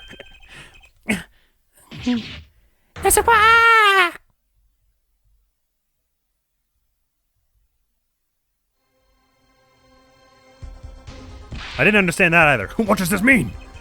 But I don't see how it's possible. I know. He must have heard the lyrics when the police were doing their questioning. Yes. Not possible. The subject of the lyrics was not brought up in police questioning. I read the full report myself. So the lyrics weren't in the newspaper and the police didn't mention them. The only place you could have heard them was in this courtroom. In English, no less. The witness will explain himself.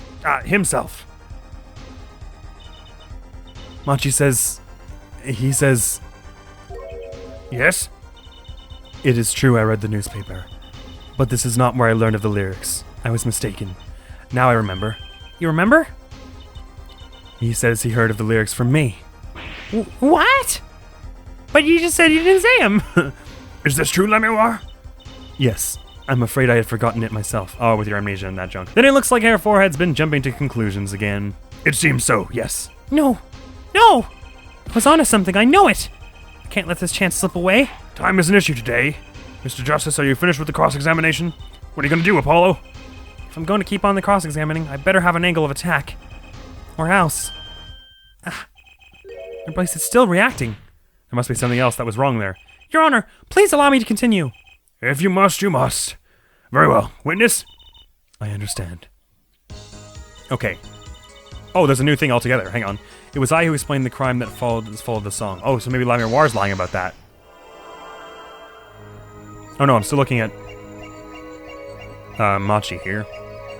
It was I who explained that the crime...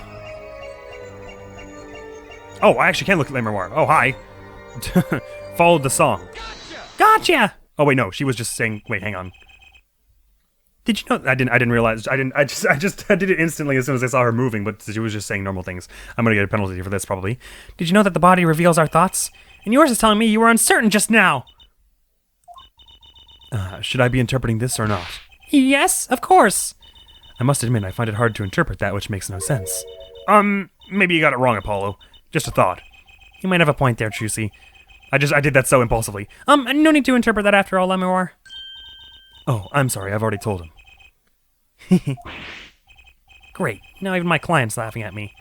Guess that was the wrong spot after all. Sorry, I do want to... Hang on. Now that I can actually look at... I don't think I was able to look that closely at Lemuel before. But I want to now. It was I who explained... Oh, she's doing that thing where she doesn't move her mouth again.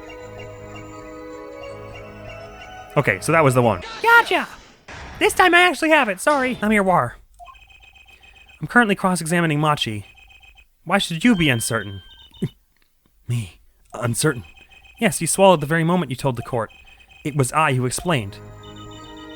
I see there is little point in trying to hide anything from you. Except for that last time where you totally bungled it. Admiral, are you indeed protecting someone? That is not a question with a simple answer. To tell the truth, I do not believe it myself. Then allow me to answer for you. Admiral, you're protecting... Why? It's not as simple as Machi, right? Perhaps she's protecting whoever explained it to him, not Darian. Because she accused him outright. I guess I'll just try Machi. Take that! Admiral, you are protecting Machi. That's why you lied and told us that you had explained how the crime followed the song. I don't fault you for trying to help, but this is not the way. Oh wait, that was maybe Apollo who said that. Machi, I believe you didn't do it, really. I trust you. But you've lied to us twice. And now you have Lammerwar lying on your behalf. If this is going to work, you have to trust me too. Your two lies cover a simple truth. You understand English. You have to. Ah!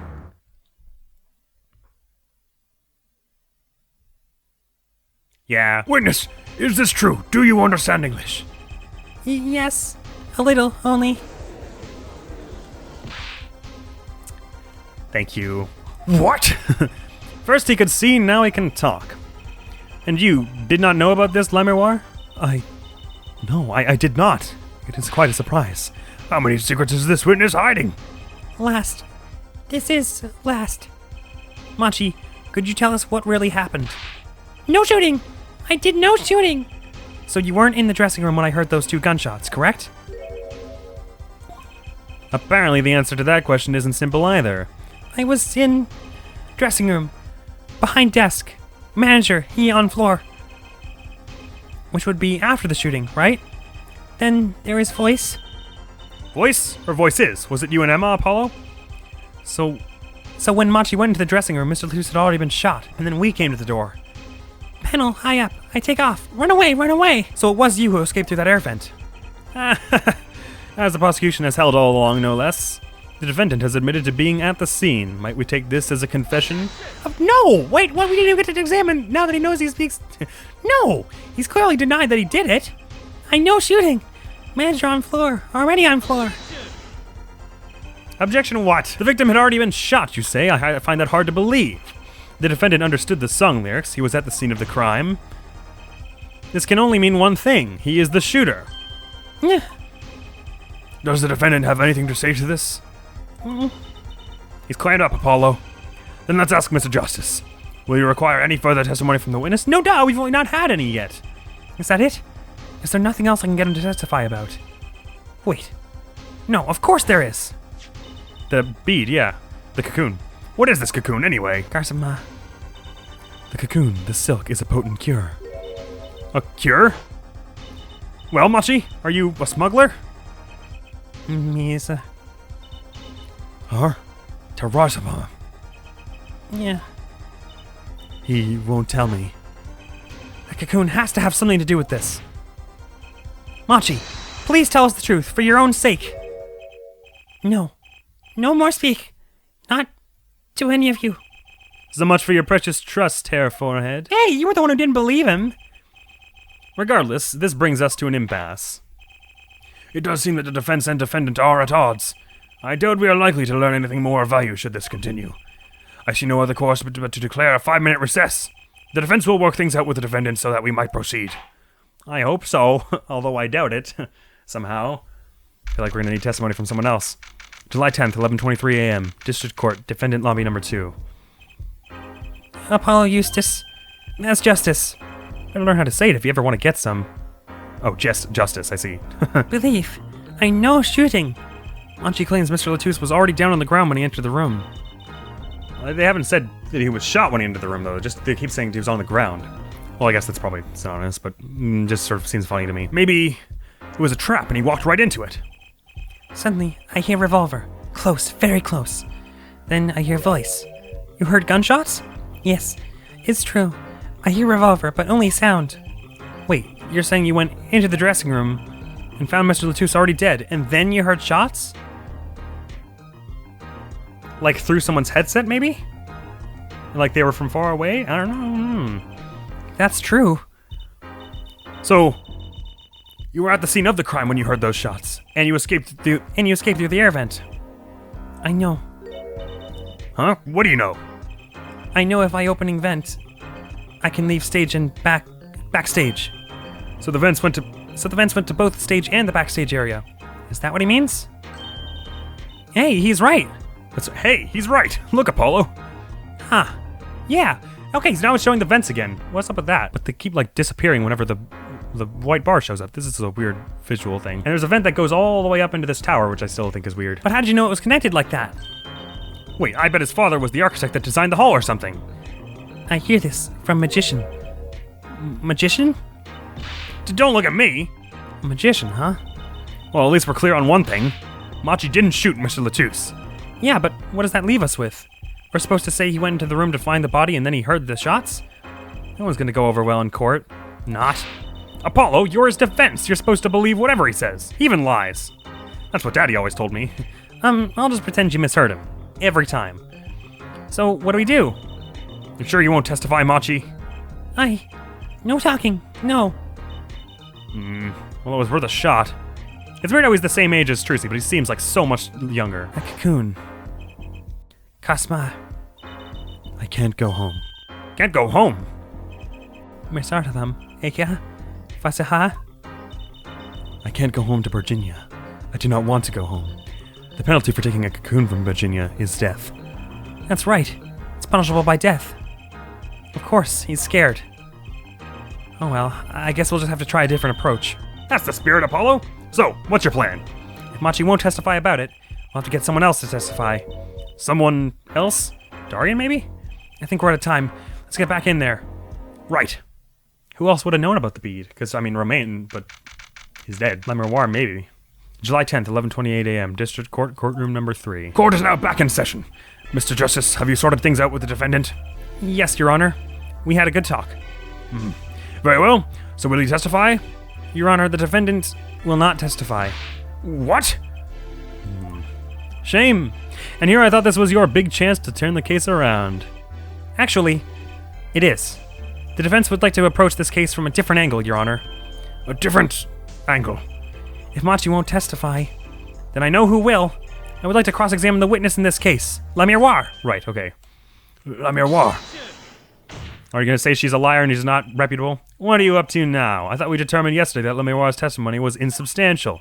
There's nothing you can... Le Miroir was taken to the hospital yesterday with injuries. What happened? She was assaulted, Your Honor.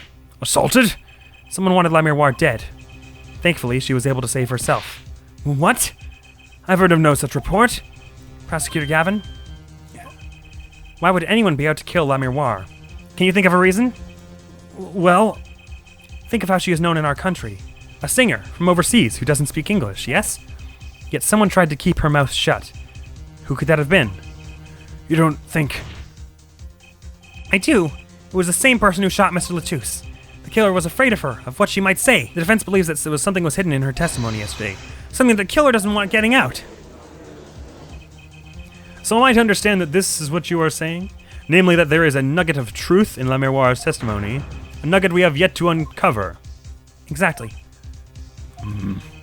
If Le Miroir was attacked, this has serious implications. Very well. There were some vague points in her testimony during yesterday's trial. I'm surprised Gavin hadn't heard of all this, considering he was trying to get her brought to his office and that didn't happen. Perhaps we did not inquire as deeply as we might have. So I just skipped that and didn't understand what the last word said. The court will hear Le Miroir's testimony once more. No, my nose is getting itchy again. Le Miroir, I must apologize. We must ask you to stand again and speak. You need not apologize. I know that Machi is innocent, and I will do all that I can until the court realizes this. Let's review your testimony from yesterday. You told us you heard 2 gunshots in the shooter's voice through the window, and that the voice belonged to Darian Crescent, yes? That is correct. At which point I proved she could not be correct. She couldn't have heard any of those things. The small window at the scene was closed and was found to be quite soundproof. We still haven't addressed the fact that there were headsets that could have been heard things simply could have been heard through. You have nothing to say to that, Mr. Justice? I don't know exactly what yet, but I do know that there's something there. There is, it seems, much you do not know. Ouch. And yet it is my duty to hear him out. Perhaps the witness would be so kind as to testify once more to the court. Of course, Your Honor. What I heard I was on my way from the stage to the backstage exit. That's when I heard them, Mr. Latouche and the detective. I heard the faint sound of a gunshot and stopped. Then I heard another gunshot. There was the smell of gunpowder. I knew I must tell someone, but I was in a hurry, so I kept moving past the small window. Okay. The faint sound, so perhaps it came through the headset and that's how she heard it. She said she smelled gunpowder, but then Emma and I were able to smell gunpowder still by the time it had been like an hour after, so. I was in a hurry, so I kept moving past the small window. Pretty much the same as yesterday's testimony. I'm sorry. I'm not used to speaking much in this language. Perhaps my descriptions are lacking in some way. Yet everything I have said here is the truth. Then it is my distinct displeasure to say this. What you have said to have happened is impossible. Do I have to repeat myself? La Miroir was attacked because of this testimony. What? Druzy? Apollo. You know, for a moment there, you were pretty cool. Maybe I do better when I don't try to think ahead. Very well, Mr. Justice. Perhaps you can coolly cross-examine the witness. What I heard. I want to hear what Apollo says at the end of this. No bracelet. La Miroir was attacked because of this testimony. I know she was. So something's got to be hidden here. Unless it was a different testimony of hers that was, but she didn't testify to a whole lot. Maybe there's some detail we're missing. She testified about running into the room and running out. I guess we'll just have to get her to fill in the blanks. Right. You heard Mr. Latouche and the detective. Hold it! Darian Crescent? I did not know his name at the time, but yes, it was him. The one who took the stand yesterday. How many times do I need to remind you that's impossible? There is no way you could have heard him. Because the window at the scene was closed? Is that why? Of course. Apollo, if we keep asking the same questions as yesterday, we won't get anywhere. She's right. Maybe there's a different angle I can try. What were they talking about? Did you hear anything else? No need. Oh. What were they talking about? La Miroir, do you by any chance remember what they were saying to each other? If so, please tell us. I have given it much reflection, but I was afraid of this. She doesn't remember. I only heard one phrase clearly. A whole phrase? You remember something that was said. Why didn't you say anything yesterday? Though my memory is clear, I was afraid to speak. You see, I do not understand what was said. This could be it. The clue I've been waiting for. Well, what did he say? It was the other man speaking, not Mr. Latouche. The shooter, then. Darian Crescent. Well, what did he say? It's over. Press the switch, now. Switch? And the shooter said this to the victim, Mr. Latouche. I thought it quite strange myself afterward. It is a mystery. What could it possibly mean? Mr. Justice, care to shed some light on this? Sure. I'd be delighted. It's, very, very vital. Maybe we could add that to the testimony? Maybe, Apollo? From the small window, I heard a voice say, press the switch, now. Do tell. Hold it! And it was Detective Darian Crescent's voice. Yes, I am sure of it. It's over. Press the switch. Why would he say that to Mr. Latouche? Apollo. The murder weapon. The revolver was Mr. Latouche's, right? Yeah? What of it? Well, maybe when he said press the switch, he really meant to say pull the trigger. Because his English isn't so good. Darian Crescent is a native speaker. Oh, right. Sorry, I kind of forgot who was what. Press the switch. That's not something a killer usually says to his or her victim, is it?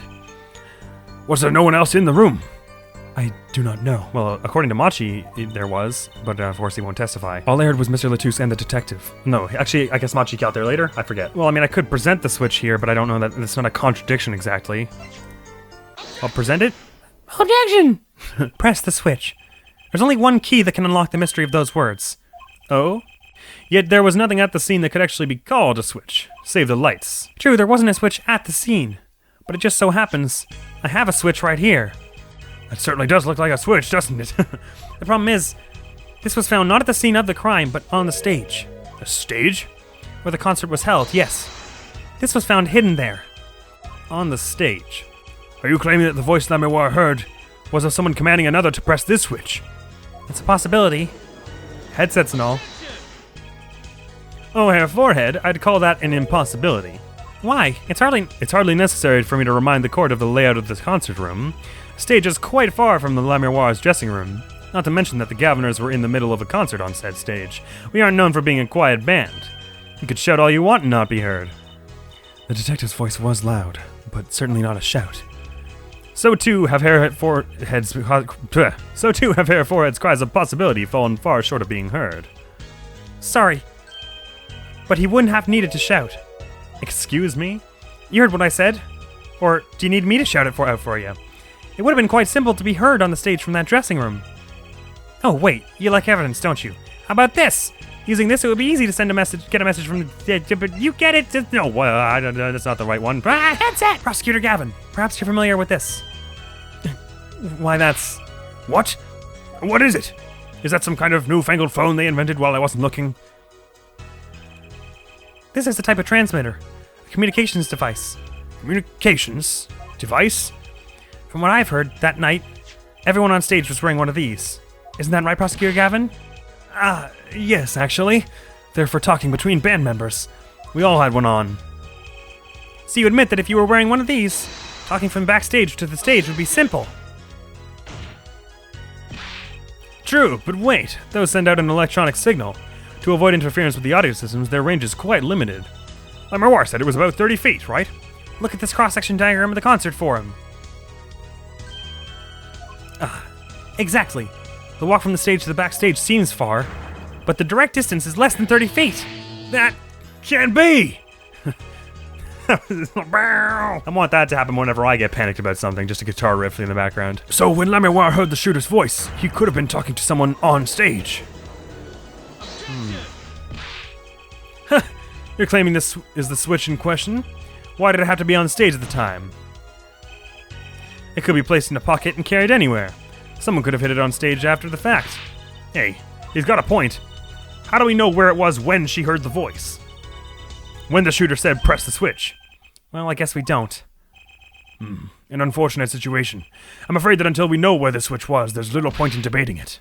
I was sure this was the way to go with this. So was I. What is this switch anyway? We don't even know that basic fact. Should I keep this hidden? Wait a second. I do know what this switch is. And if you follow that train of logic to its incredible conclusion, it ends up in proof that completely changes this case. So we know that it... But was it the same igniter switch that sent the other igniter? Because then how would it know not to do the other one? Oh, if it wasn't in range. Interesting. What's up, Apollo? Apollo? We know about this switch, right? We know what it is. Yeah? Well, think of when it was used that day. Think of what happened. Well, Mr. Justice, if you have no further information to share concerning this switch... Your Honor. Yes, Mr. Justice? The more times I say Mr. Justice, the harder it gets to say. I've been remiss in not telling the court this before. I know what this switch is. Well, it seems the defense is set upon linking this switch to the case. You bet I am. Let's see your evidence of the link. What evidence do you have to explain what this switch is? Well, I guess the igniter, right? Or I could also show the burned guitar, but probably this. Take that! Prosecutor Gavin, you remember this? That's that. That what? Is it another one of those newfangled phones? This is an igniter. What phone looks like this? Igniter? You mean it's like a lighter? Yes, actually. You aren't saying this switch is a remote. I am. This is a remote trigger for an igniter. What? Look, I'll show you. Yo! Mr. Justice, you will cease and desist from burning down this courtroom. No, sorry. That was a bit more fire than I'd expected. My whiskers are caught on fire. Prosecutor Gavin, let me repeat myself. This switch is a remote igniter trigger. Doesn't that suggest something to you? You're talking about what happened to me, aren't you? Exactly. That night at the concert there was one unusual burst of flame when your guitar caught fire in the middle of your performance. But of course that had to be a separate instance because them saying hit the switch happened in the third act when Gavin was on stage and didn't catch fire. Wasn't that part of the stage show though? Prosecutor Gavin was entirely unaware such a thing had been planned. And the guitar that burned was a valuable keepsake. That's right. He got it in Virginia from Admiral. He said the sound was amazing. Before it burned, of course. Now it just kind of smokes. The better the guitar, the brighter it burns. And forehead. Yes? Don't tell me you're trying to tie these two things together. Those being the shooter's voice heard by Miroir, and the guitar suddenly catching on fire. I am. It's really simple when you think about it. Mr. Latouche and the shooter were at the crime scene. The shooter was wearing a headset. He ordered someone on stage to press the switch. The switch was pressed, and the guitar caught fire. Wait, what? No, you got it all mixed up. That happened when Miroir was on stage, so Miroir couldn't have heard that voice saying hit the switch. That had to have happened another time, because Clive caught fire during the second set. Well, it does seem to make sense, though something about it is bugging me. Can't quite put my finger on it. Really? It seems pretty simple to me. Is that what Gavin's about to say? Herr Forehead, don't destroy what little respect I have for you. I was expecting something a little more sensible. I guess I was wrong. What's this all about, Prosecutor Gavin? His simple story simply makes no sense. Think, that night my guitar caught fire, yes, the cause may have been this, indeed. However, the guitar caught fire during the second set. That's right, of course. Okay, I thought I was just going crazy for a second, but Apollo just missed that. The guitar got fire during La Miroir's song, when she was on stage and couldn't have heard Darian say, press the switch. Indeed, yet the shooting happened during the third set. The two are utterly unrelated. Yes, that must have been what was bugging me. The whole premise for this is faulty. See? His story makes no sense. Objection! True, but there are related qualities that can't be denied. Are you sure about that? What exactly do you mean, Mr. Justice? Maybe it's not the premise for my explanation of the switch that's at fault. Maybe it's our premise for the entire case so far. What premise is this, specifically? I'm glad you asked. I'm saying that maybe the killing didn't take place in the third act. What? What's this? But Detective Emma Skye heard shots and found the body. All this happened in the third act. Gunshots rang out, and according to his testimony, Machi was in that dressing room at the time. Where are you going with this, Mr. Justice? Stay with me, Your Honor. He also told us this in his testimony. He also told us this in his testimony, namely that the victim had already been shot. We all heard gunshots, but no one saw the shooting. This is insane. This is before the shooting took place. The shooter was heard on this headset, telling someone to press the switch. The next moment, Prosecutor Gavin's guitar burst into flame. We know that a remote-triggered igniter was inside that guitar. From all these facts, we can draw only one conclusion. Also, wasn't it weird that there was another igniter in the dressing room? But I guess we'll address that elsewhere. Hang on, does it actually say we found this in the dressing room? It does. Identical igniters in his guitar at the crime scene. Right. From all these facts, we can draw only one conclusion. The crime did not take place during the third act, but during the ballad performance, the second act. What? I'm also a little unclear about where this is going. Order! But that goes against the evidence. What does, Your Honor? This crime was carried out according to the lyrics of that song, yes? Hey, he's right. Look. The bullet is supposed to come after the fire. You're thinking about it the wrong way. Huh? Look. Why would the shooter craft the events of the day to follow the lyrics anyway? It's an awful lot of trouble to go through, with little merit for the person doing it. Well, I'm sure whoever it was had some reason. It's kind of been operating onto that premise. Yes, they did. A reason that made it advantageous to follow the lyrics. You're saying the order was reversed on purpose. To frame someone, I guess? Reverse, Prosecutor Gavin. If the criminal followed the lyrics strictly, then yes. The shooting would have had to come after the guitar burst into flame.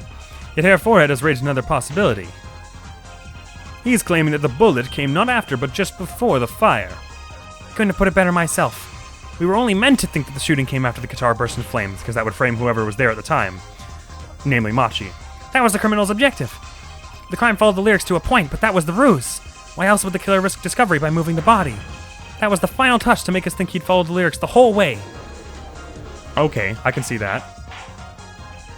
Order! I feel like we still haven't addressed the fact that Machi was unconscious beside the body. How would he have moved Romain Latouche there, put the thing up, and then knocked himself out? That would explain this most unusual situation. It does! The killer changed the order of events to create himself an alibi. In other words, the killer was someone who had an alibi for the third set, but not the second. Darian's looking worse and worse here. I was hoping it wouldn't come to this, but sadly it has. Let me tell you why your little fairy tale makes no sense at all. Oh, it sounds good, I'll give you that. You've given us a reason why the killer bothered following the lyrics of my song, but I question your logic. For it's flawed from the very beginning. Flawed? Yes. A contradiction, Herr Forehead, one I've pointed out several times, no less. At the time of the crime, the small window at the scene was closed. How could La Miroir have heard a voice through it? With her headset? Oh, I know that you would like to divert our attention away from this critical fact, but you're basing your entire line of reasoning on a false premise. You're right. La Miroir's testimony is my entire case. That voice she heard, the shooter's voice. What if she couldn't hear it, Apollo? Look, what do we have? A man saying press the switch. And near the crime scene we have a switch, which acts as a remote trigger for an igniter. And last but not least, Prosecutor Gavin's flaming guitar. It can't all be coincidence, but how do I make it work? I see a more direct line of questioning is required.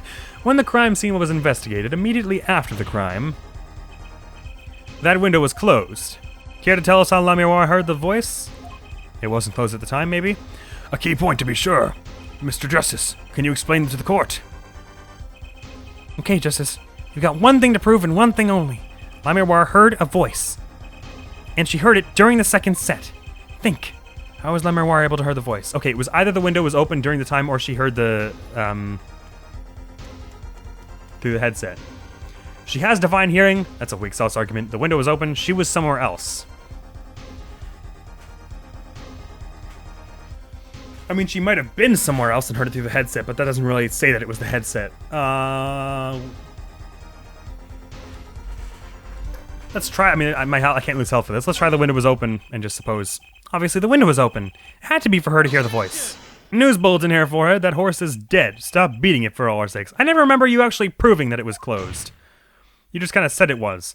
That window was closed. This is a hard fact reported by the investigation team. But... Oh? You have evidence to the contrary, perhaps? Well, no, but... Then do be quiet. I tire of this charade. Tend to rethink this. Okay.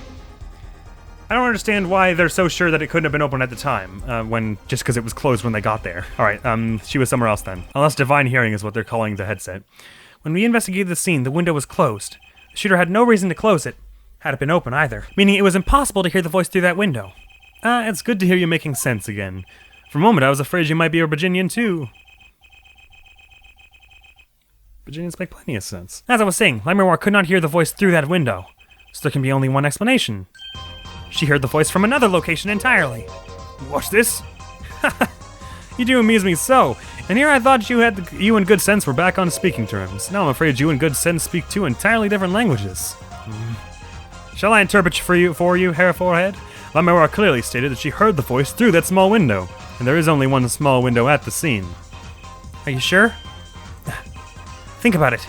Isn't there another small window at the scene? There is? Not the vent, you don't mean, unless you just refer to the headset. I know that look. He wants us to ask him. Very well. You claim La Miroir heard the voice from another location. Mr. Justice, show us where that location was. La Miroir heard the voice from here. Another window? Oh, wait, hang on. Well, not the PA, because that transmits this way. The van? Take that! This is where La Miroir heard that voice from. No, that doesn't sound good. But that's no small window. That's the air vent. Oh, wait, never mind. Maybe that was good. When he says something very general to start it off, I always get freaked out. What did she tell us? She says she's a Borginian, unfamiliar with our language. It's not a stretch to imagine she called this air vent a small window. Now you've done it. You've gone beyond ridiculous and into ludicrous. So La Miroir was up in the ventilation system listening to this man's voice. That's the only logical explanation, yes? Logical? I don't think you know what I don't think this word means what you think it means, Hair Forehead. Okay, what about it isn't logical? Ha! It hardly merits saying. Why would La Miroir be in the ventilation system? Hiding like a rat. No one vents tended to her, of course. Also, how would she fit in there? With that particular vent? The explanation for that is simple, Prosecutor Gavin. Isn't it, La Miroir? You haven't said a word in like an hour. You've been listening to our discussion here, yes? Yes. I admit it's had me quite confused since yesterday. Yes, the small window was closed. But why should that mean I could not hear through it? I feared our prosecutor might need himself an interpreter. Ugh. The problem here is words. La Miroir, this small window through which you heard the voice, was it up high on the ceiling of the room? Not low on a wall? Yes, it was up on the ceiling. What? Order! Order! I will have order! But just for a few minutes before you guys start screaming again. Witness, you will clarify the statement to the court. Are you in fact saying that you were up above the ceiling of the room? And that's where you heard the moment of the crime? Yes, in fact I was. I'm sorry. I never imagined it would become such an important point. Yes, well, why the heck were you up there? I believe it's time for another testimony. I'm not sure I can't. May I remind you that this is a murder trial? We will hear your testimony. Tell us why you witnessed this crime scene from above the ceiling of that room. Still trying to protect Machi, maybe? That's why she's hesitant? Please. Well, looks like I'm on the right track. Oh, she is going to testify. Okay, good. Whew. Above the ceiling. Yes, I was above the ceiling when I heard the voice. I had heard that there was a small window there before. It was in the middle of my performance. I had no time to report what I had heard. As to why I was there, I cannot say. I am bound to secrecy on this matter. I hate it when they say that. Bound to secrecy? In my line of work, one has many obligations to uphold. But you say you were in the middle of your performance. So this did happen during the second set. I did not witness the crime, you must understand. I only know what I heard. Yes, but you must tell us what you were doing in detail. That's what the cross-examination is for, young hair forehead. Our mission in this court is to discern the truth. No obligation, no binding pact may hinder that mission. Very well. Mr. Justice, you may begin the cross-examination. What are you going to do, Apollo? I'm going to find out the truth. She was up above that ceiling for a reason. You just have to get out of her. Something to do with the beat, I'm guessing. Yes, I was above the ceiling when I heard the voice. I had heard there was a small window there before. It was in the middle of my performance. I had no time to report what I had heard. As to why I was there, I cannot say. I am bound to secrecy on this matter. Admiral was bound to secrecy. It's going to take some hard-hitting proof to make her talk. I think I know why she was up there, but how do I prove it? Oh. Is that how the trick was done? Oh, okay, I see. I think I see what we're getting at. Okay. Also, why would you call it a small window if you had heard one was there? You must have heard it by a different name, right? By small window, you mean the air vent. I only remembered I needed to be careful of where I put my hands and feet. I also didn't say hold it there, sorry. I cannot see the light coming down through the window, of course. The air vent grate could trip you up, certainly. So I was walking very carefully when I heard the gunshots. Startled, I crouched and listened. That is when I heard his voice come from the room. Darian's voice. I knew something terrible had happened, yet... It was in the middle of performance. I had no time to report what I had heard. Okay, right, so that's gotta be why. So without a word, you just let the third set start? After the curtain closed for the second set, there was still much to do. You could have prevented this whole misunderstanding if you'd only told us sooner. Yes, perhaps I could have. I see little point in badgering the witness. What's done is done. The mind works differently when one is in the middle of a performance. Why, I've lost my voice in the middle of a show and kept on singing, completely unaware. Singing without a voice? If only all contradictions were so obvious. If only I could get Admiral to talk. Pressuring on her like this doesn't seem to be getting me anywhere. As to why I was there, I cannot say. Hold it, please! You heard the gunshots during the second set, during your performance. You're quite sure? Yes. Why would I lie about this time? Or why would I lie about the time? Why didn't you tell us this yesterday? No one asked me. I thought you all knew. Murph. I told you Monty was not the killer. I told you this many times. Yes, he did. But you never told us why. I'm sorry. I was not able to speak of it. Unable? Or unwilling? She's not talking, Apollo. What do we do? We'll just have to prove it was ourselves. As long as she is bound by the pact of silence, she won't talk. But if I can prove why she was up there, she'll have to admit it. How are you going to do that? She was singing on the stage, Apollo. She couldn't have been up above the ceiling, too. Yes, she could. I've got a theory as to why, too. Maybe I've got the evidence to prove it. Okay, so I just don't know which evidence it is. Could I just say the tape, or could I... It's either the tape or the forum, the cross-section. I'll try the tape. Objection! Admiral, truth be told, the reason for your presence above that ceiling is quite clear. Especially when you consider what happened during your performance. What happened? Yes, it's all right here on this video.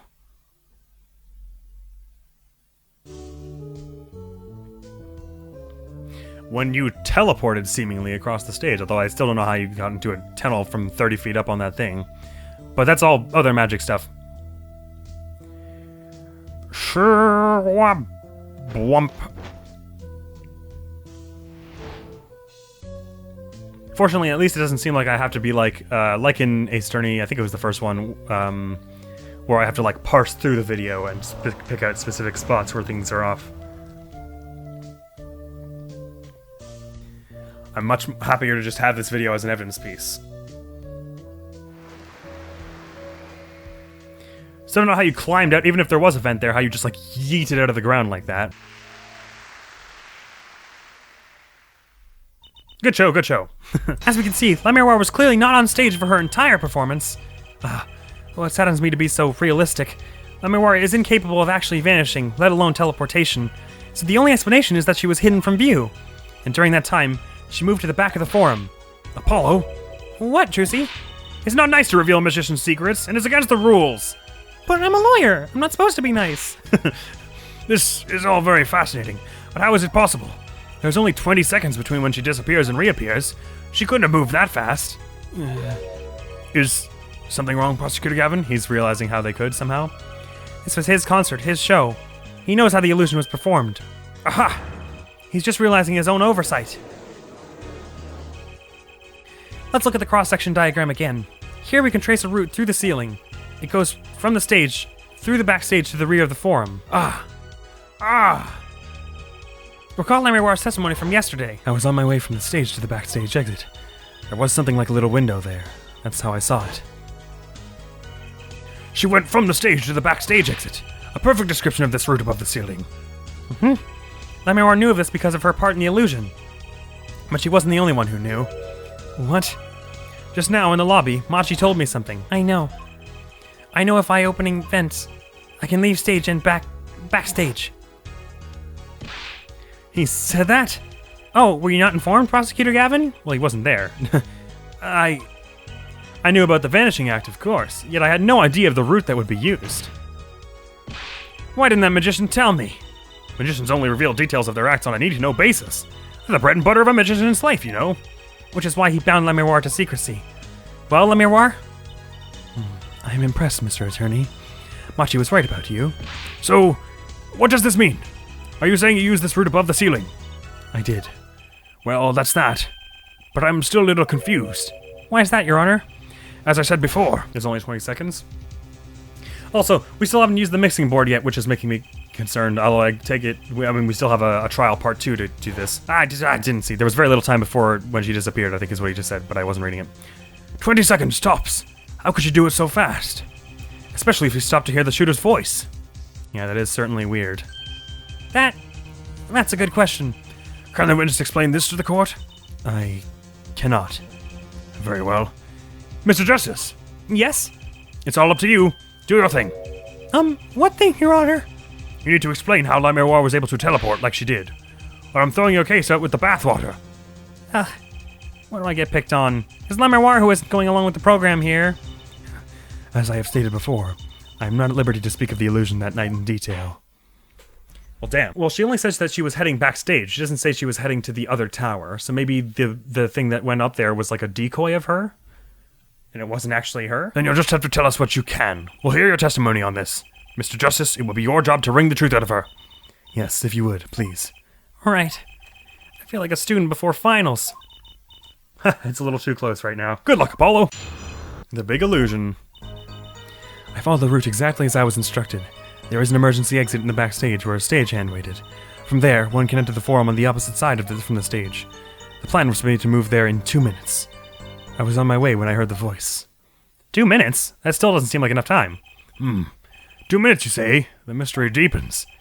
I suppose it was too much to hope that the judge would come up with something.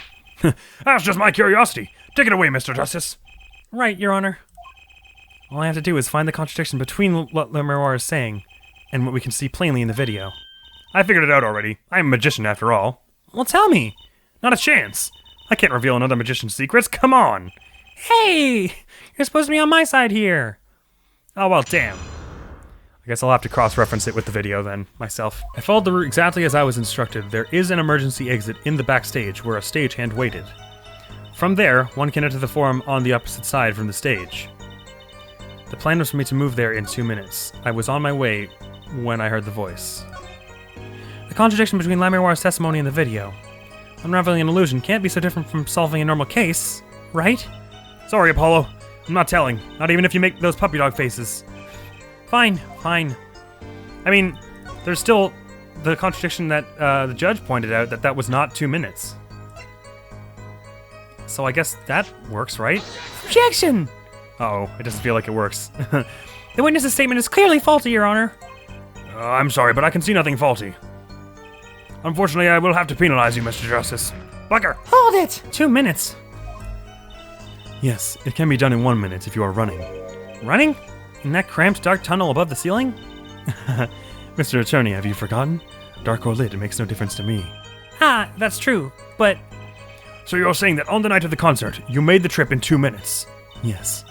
Though I nearly didn't make it in time. You see, I stopped halfway. My memoir disappears on the video for 20 seconds. But she says she made the trip in 2 minutes. How? If you want my professional opinion, I'll bet the answer's right there in that video. Well, Mr. Justice, perhaps you'd have some evidence for us. Something that can explain the discrepancy between the video and her testimony. Evidence explaining the discrepancy? There's no evidence! I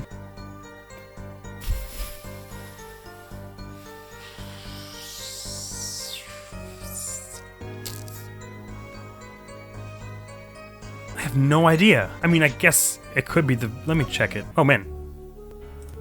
Oh, okay, hang on. It's piece by piece. Okay, let me check this one to see if there's stuff moving around in the background or whatever. I gotta look very closely indeed. Is there just glare going on or something? Okay, okay. Is there smoke happening on this part, or is that just staged? No, it's just the lights, I guess, like the fog. Pleasure. There's someone staying, hang on. There's someone standing right over here. Pleasure. Butterfleeting melody. We can't see the bottom anymore. I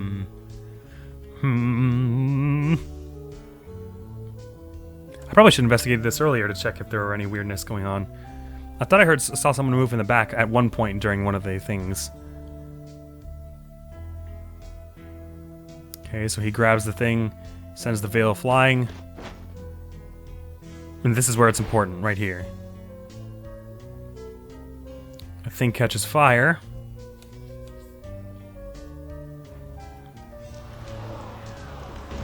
And the camera goes swinging over to the veil. We still haven't seen much of the stage. I don't see anything. It's also very dark on the stage, aside from the parts that are, like, focused, so it's hard to tell.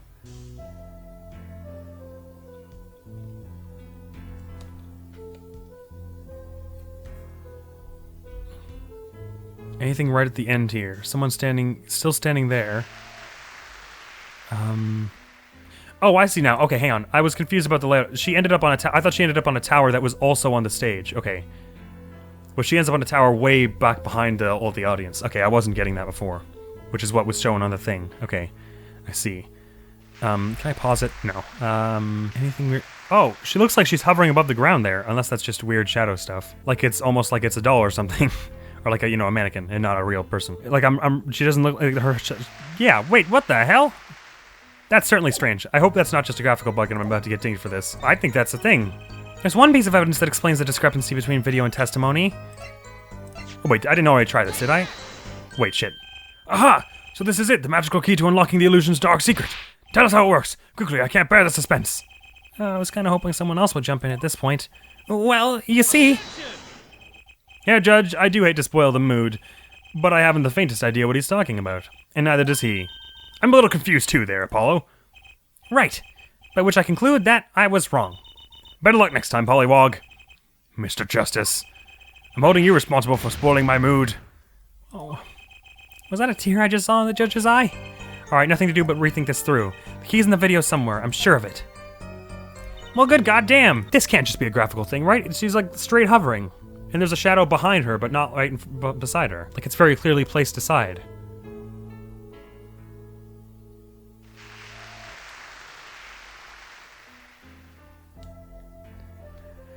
Okay, well, whatever the evidence piece I was supposed to present there is, if there is one, it's not the video, so it's not like they're going to ask me to point a part out in the video, but I should be able to tell from the video what makes the discrepancy happen. I don't know why I have a feeling they want me to say the guitar. I don't understand how that would work. Like they're saying that maybe they cut the video when the guitar caught fire or something, but that doesn't seem right because the music doesn't cut out or anything. Sorry, I was spacing for the last bit. Let me look at the stage again.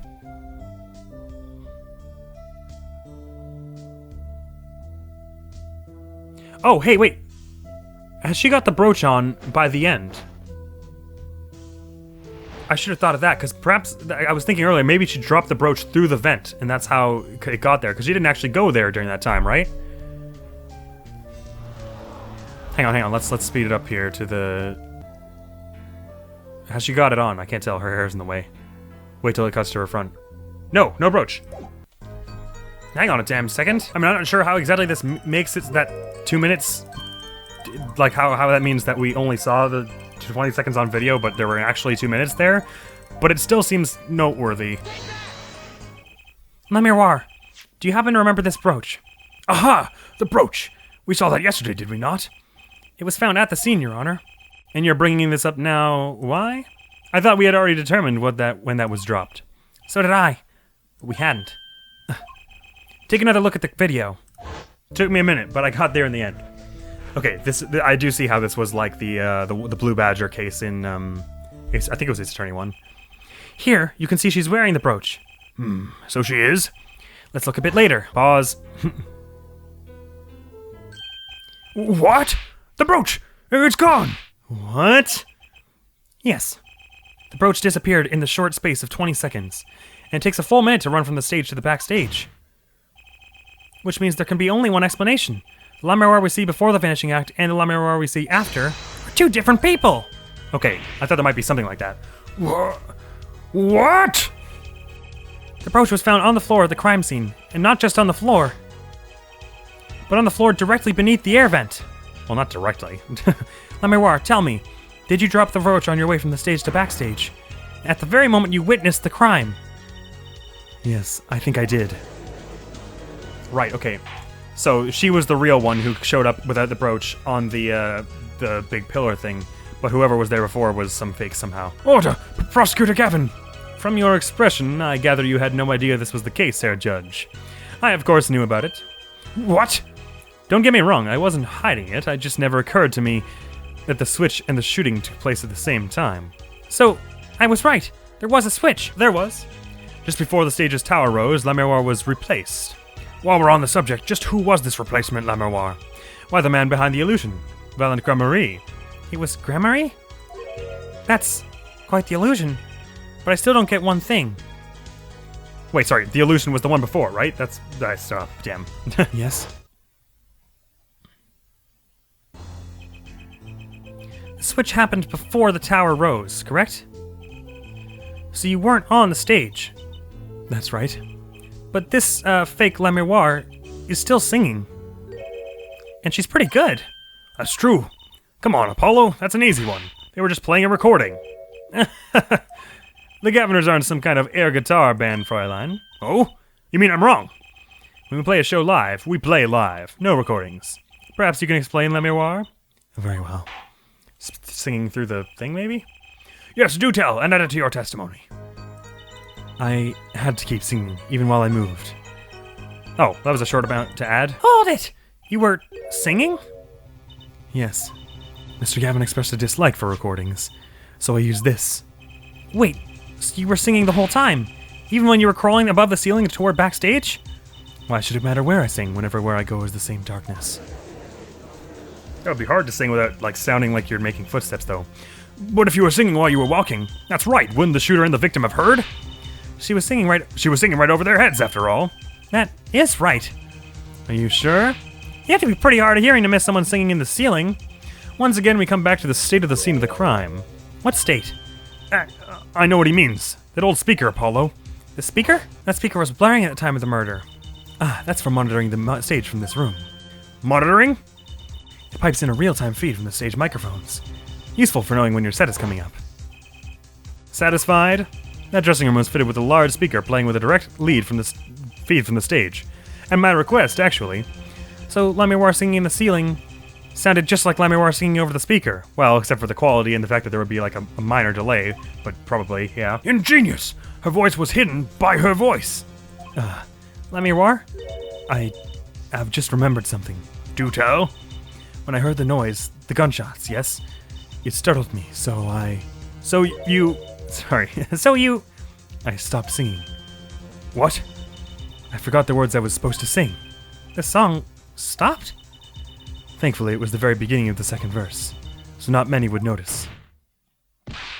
Forehead, the mixing board I lent you, where is it? The mixing... Huh? That machine, Apollo. The one that breaks music into tracks. Oh, this! I completely forgotten about it. I sure hadn't. Let's take a listen. Oh wait, but it's not even... Oh, but it does have this song. Right, okay. It's got all the songs in it. We just weren't allowed to check this song before.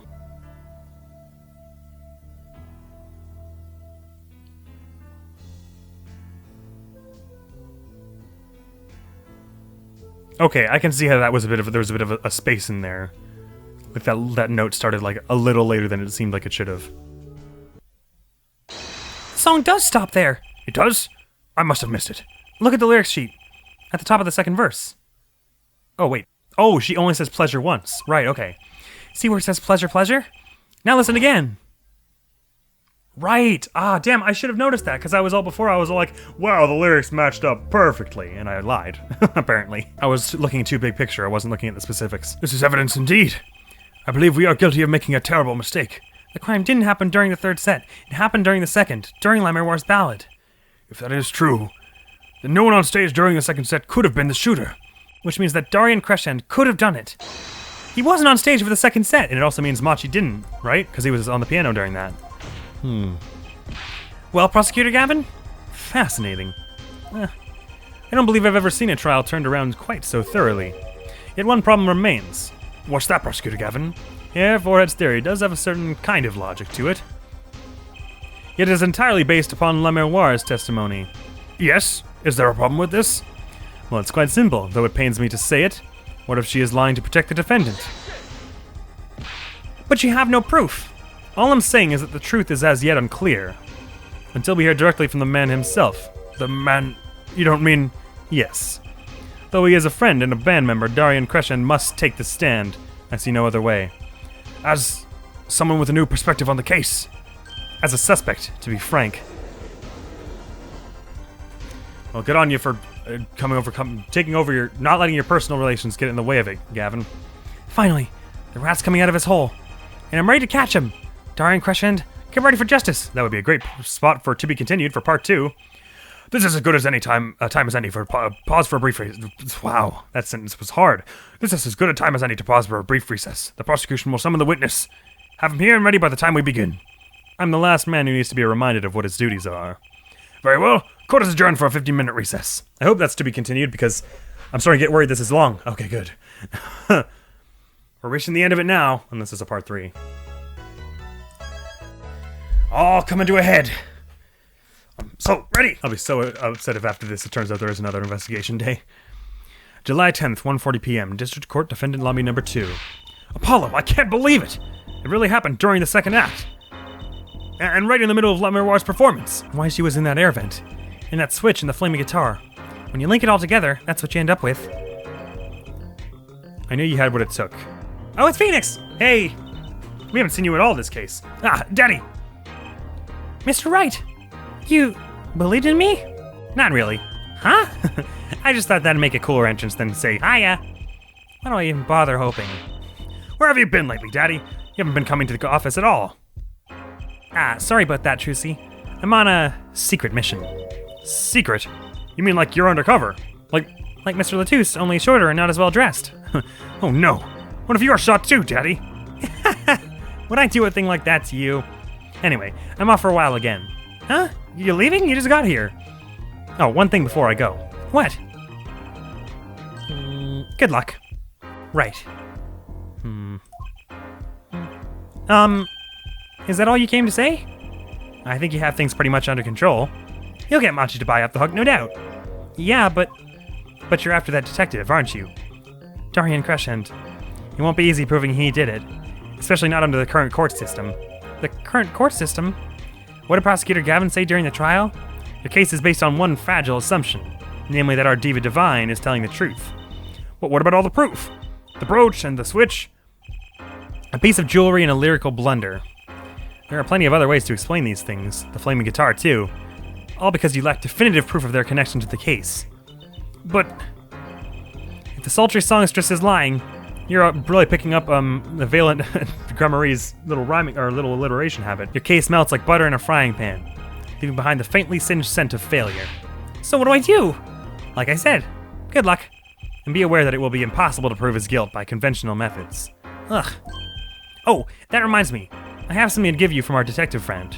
Detective Sky. Emma? Let's see, this bag of snacks here was meant for me. Ah, here it is. What are those, Daddy? They don't look like very good snacking material. They were found at the scene. Analysis of the fragments revealed traces of gunpowder. Wait, what? Gunpowder? What were they? Probably a firecracker or something, similar to the ones the kids are into these days. These fragments were found under the sofa at the scene of the crime, actually. Under the sofa? So perhaps what she heard wasn't actually gunshots, exactly. Hey, Apollo! That's where we found that little device thingy. Right. This. Well, finally, some evidence makes sense. Burnt fragments added to the court record. Interesting. As you hit the switch, firecrackers light up and go off, making bang sounds. To anyone who couldn't see them, they sound like gunshots. Such as La Miroir, for instance. Curious. That's all for me, I suppose. See you after the verdict. Maybe. Right. Every man has an igniter inside him. Excuse me? Find Darian Crescent's igniter and set it off. I feel like we're going to be doing some perceiving here. And he walked out the door, just like a magician, normally. What does he want us to do? No conventional methods. What does that mean? I guess we just have to take his advice and hope it makes sense when the time comes. I guess. We're almost at the finish line. Hang in there, Trucy. And also Machi, who is actually, under threat of death here. July 10th, 1:55 p.m., District Court number 3. So, dang, ready. Let's go! Court is now back in session. Prosecutor Gavin, where is Detective Crescent? In the witness lounge, ready to be called... In the witness lounge, ready to be called at any time. Very well. Might I add, I don't believe any of this. Darian was the first detective I ever worked with. We stopped working together when he moved to Criminal Affairs, Division 3, but his guitar playing, it fires my imagination. And that's nice, but it has nothing to do with the matter at hand, correct? Oh, I know. Hair forehead. That was a weird pause. Very well, call the final witness to the stand. Detective Darian Crescent. Let's talk, chum. Name and occupation, please. Darian Crescent, Detective Criminal Affairs, Division 3. That's the International Affairs Division, for those of you who didn't know. And I'm a guitarist for the Gaviners. Maybe you've heard of us. Yeah, we have. Do you fully understand the circumstances under which you stand before us today? Yeah, I understand, Your Honor. What I don't understand is how you let this happen, partner. You gave me your word I wouldn't be standing here. The situation's changed, Darian. And don't call me partner. So much for old friends. I see what you're doing, Darian. You're pressing the prosecution. Your Honor, if we could begin the trial? Yes, it's high time we did. Let's hear your testimony. We begin with your response to La Miroir's testimony. If in fact you have anything to say about it. Oh, I got plenty to say. Lying must be a national pastime in Virginia. And wherever you're from, Mr. Justice. Conventional methods are out of the window, huh? Here goes nothing. Bracelet time! I hope. Fingers crossed. Darian's rebuttal. The diva's lying, plain and simple. She's got nothing to back up her story. In the first place, she never heard my voice. She forgot the words because she heard gunshots? As if. Didn't Detective Emma Skye hear those gunshots during the third set anyway? The shooting took place when I was on stage, man. So you claim La Miroir's testimony was a lie? Hey, don't get me wrong, I dig what she's doing, trying to protect that kid. And she's got the court eating vague statements out of her hand just because she's blind. That's not exactly true. You go too far, Darian. Look, all I'm saying is you've got a reliable witness. Why not listen to the detective? Detective Skye? I see. Mr. Justice, you may begin the cross-examination. You didn't waste any time finding our weak spot. I can't do this with La Miroir's testimony alone. I have to find some other way to prove when the shooting took place. Okay. Any bracelet going on right now? Nope. The diva's lying plain and simple. She's got nothing to back up her story. In the first place, she never heard my voice. I don't know if that's exactly what that's, you don't have proof of that. She forgot the words because she heard gunshots, as if. Didn't Detective Emma Skye hear those gunshots during the third set anyways? The shooting took place when I was on stage, man. He's pretty eager to paint La Miroir as a liar, isn't he? Yeah, because her testimony is basically our entire case. This is tough. So what do we do? I've got a few ideas. I just need to find another way to prove it didn't happen when he says it did. So I'm thinking, my courtroom thing went away. I'm thinking he's saying as if that couldn't be possible because the gunshots didn't happen then, but of course the firecrackers could have happened who knows when. Although I want to analyze them because I don't think I'd really check them out. Found at the crime scene bearing gunpowder residue, possibly a firecracker. So, you think this was some kind of firecracker? Yeah, or one of those noisemakers, like you shoot off on New Year's. Did you know that in China they use firecrackers on New Year's to scare off evil? So it's kind of the same thing. Really? I had no idea. Well, did you know this? It takes more than 500 peanuts to make one 12-ounce jar of peanut butter. I guess my useless fact had something to do with the evidence. Right, that looks like all there is to this. Good. I hope this isn't more forged evidence, Phoenix. Hold it! What do you mean, as if? We know she missed the words. The mixing board proved it. Oh yeah, there was a mistake, but blaming it on gunshots is just a lame excuse. What do you mean? The mixing board proves what? Proves there was a mistake in the song, a missed cue. So, she just flubbed it up big time, that's all. She spins the story about a gunshot to protect the kid and cover her own goof. Man, I'd have to hand it to her. She wasn't sticking it to me at the same time.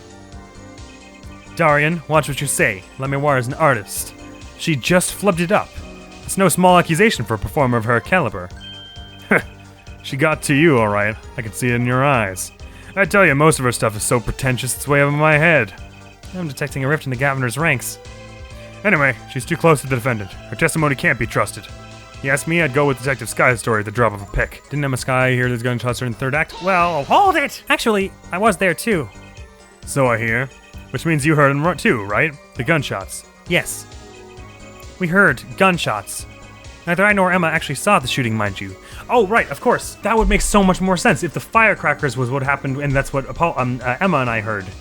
Because then the killer wouldn't have needed to escape, because the body, they could have just been already gone. Neither I nor Emma actually saw the shooting, mind you. I guess you and Lemoire got the same excuse then. We know one thing for certain here. There were gunshot-like sounds that emanated from that room during the third set. What we must determine is whether those sounds were actually gunshots. Machi heard them too. Remember, he said he ran for the air duct when he heard them. So, how do we figure out just what those gunshots during the third set were? So they just want me to say, put the firecrackers here? Ah! Hey, that worked. Some things were found at the crime scene after yesterday's trial. What things? The first was this small device. That's the remote-triggered igniter. Man, we're really lucky Phoenix came in clutch there. Correct. And one more thing. What are those? The remains of something burnt? Not another guitar, I hope. Traces of gunpowder were found on these fragments. We have a report that it was something like a firecracker. Oh, so you heard about this. Wait, where did Phoenix say he got it? No, I guess he did say that it was the investigation team. How did Gavin know about this? Oh, maybe he didn't say that. What? You think Detective Sky works for you? I received the report this morning before coming here. That's when I made my decision, actually. What decision is this, Prosecutor Gavin? I registered Darian as a witness in today's trial. Just in case. This raises another possibility. Those gunshot-like sounds during the third set could have been two firecrackers rigged to go off by remote control. You got an active imagination, don't you? But you shouldn't say every little thing you think. Your explanation there seems a bit too convenient to me. How so? So you're saying these firecrackers just happened to go off right when two witnesses came walking by? Ha! That's right. Darian was out on stage when it happened, Apollo. How would he know someone was backstage right then? If a firecracker goes off in the forest and there's no one to hear, you get my drift. Why go through the trouble, man? How do I explain this? You may not look it, but Darian's a gifted detective. Show any weakness and he's sure to find it. You may not look it, partner. Gee, thanks, man. That reminds me. I happened to pass through that very hallway several times that day myself. And I saw something odd there just before the third set.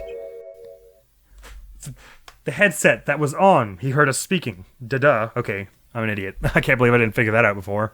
Something odd? A headset. The kind all the band and staff members were wearing. That's right! We picked this up in front of the door to that dressing room. What if that headset wasn't dropped but placed, and what if it was turned on? You could hear what was going on in that hallway, even if you were out on stage. Whose side are you on, Gavin? Listen to me, Darian. There are no sides in a court of law, except for the two that exist. Which is why I now turn to you, Hair Forehead. I have a question for you. Huh? For me? The igniter and the burnt fragments that were found at the scene of the crime. It's certainly a possibility that they were part of a ruse to fake the sound of gunshots. Throw the headset from the hallway into the mix and you could fabricate an alibi. But we're still no closer to proving anything. Those gunshots might have been real, or fake. You can't say. You've raised the possibility that the shots heard during the third set were faked. Now you need to prove the other half of the case. The other half? Look, I'll just tell him. He wants you to prove the thing went down in the second act, while our little piano player was on stage. That right, Gavin? Indeed. If you can't prove that, then to continue this cross-examination would be pointless. Well, Mr. Justice, can you prove the crime took place during the second set? Yeah, I think. You better know, Apollo, otherwise we're through. It can be proven! You make it sound like someone else is going to come along and do it for you. Let's continue with the cross-examination then, shall we? Witness, your testimony if you would. This isn't gonna be easy. I need some decisive proof, and fast. You ready, kid? 'Cause I am. Wow, you're really sounding very innocent right now. The shooting took place during the second set. If you're so sure, let's see your proof. Hold it! I don't like your tone! But the gunshots during the third set could have been... What? Some kind of setup? I've heard that one before. We need proof, Apollo. We need to prove that the shooting took place during the second set. Well, if you know how to do that, I'm all ears. Maybe the gunshots are the key after all. What do you mean? Well, Admiral, she said she heard them, right? Right in the middle of her illusion, when she was up above her at the ceiling. When she forgot the words to the song, yeah. If you can prove the gun was shot right when she missed those lyrics, we're home free, I think. True. Not easy, but true. Is there some way to prove that? Let's take a look through our evidence. Maybe there's something in there. Hey, aren't you supposed to be cross-examining me? Try to refrain from private discussions during cross-examination, Mr. Justice. I'm just consulting my expert. Right, Your Honor. Sorry.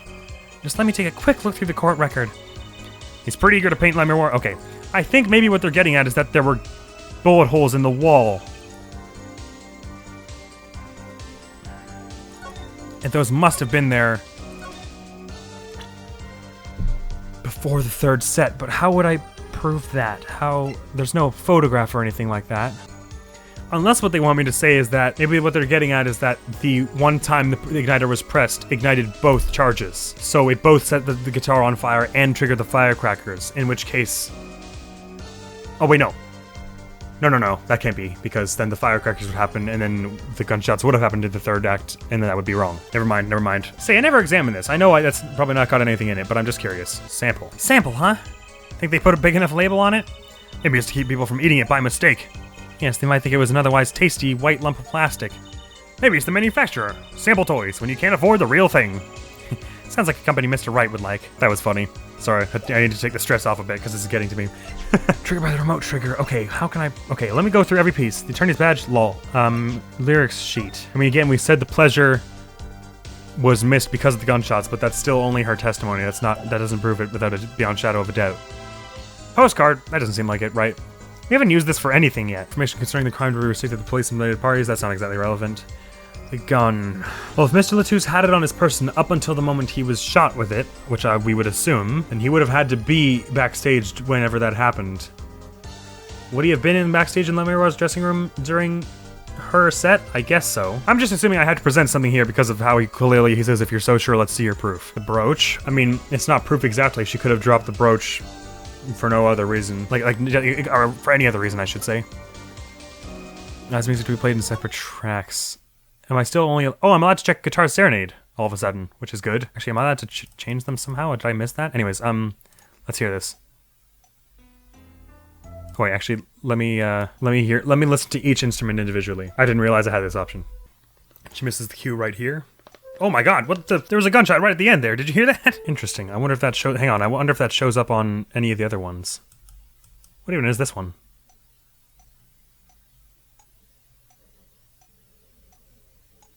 I think this one maybe is empty. Oh, this is like, okay, I see. Hang on.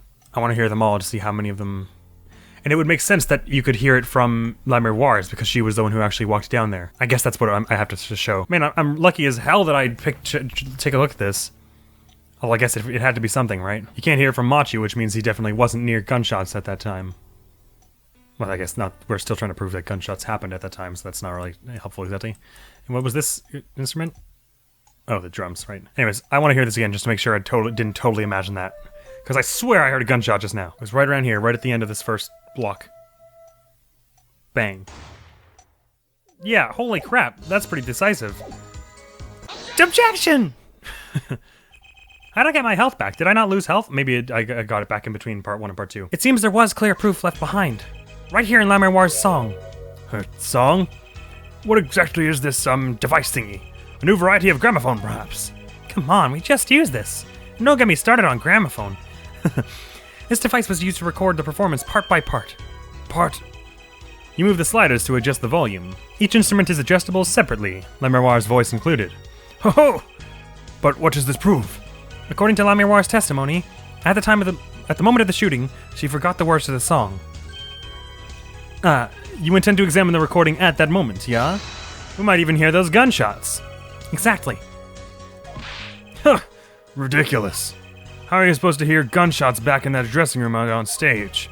Have you forgotten, Darian? We were all wearing these headsets. Oh. We were all deeply involved in our performance, but Lamiroir's headset would have picked up what she heard all the same. Then let's get to analyzing that recording, right now. Lamiroir stopped singing when she heard the shots fired. Find that spot, and I'll find the gunshots. Right, well, I already found it, so... Am I supposed to say it was this first part? Hang on, I can't even hit play on this. Here you go! Your Honor, listen closely to this part. This is the track with Lamiroir's vocals. Listen very close. Very close. It's hard to hear, see, because gunshots are quiet. But if you listen real close...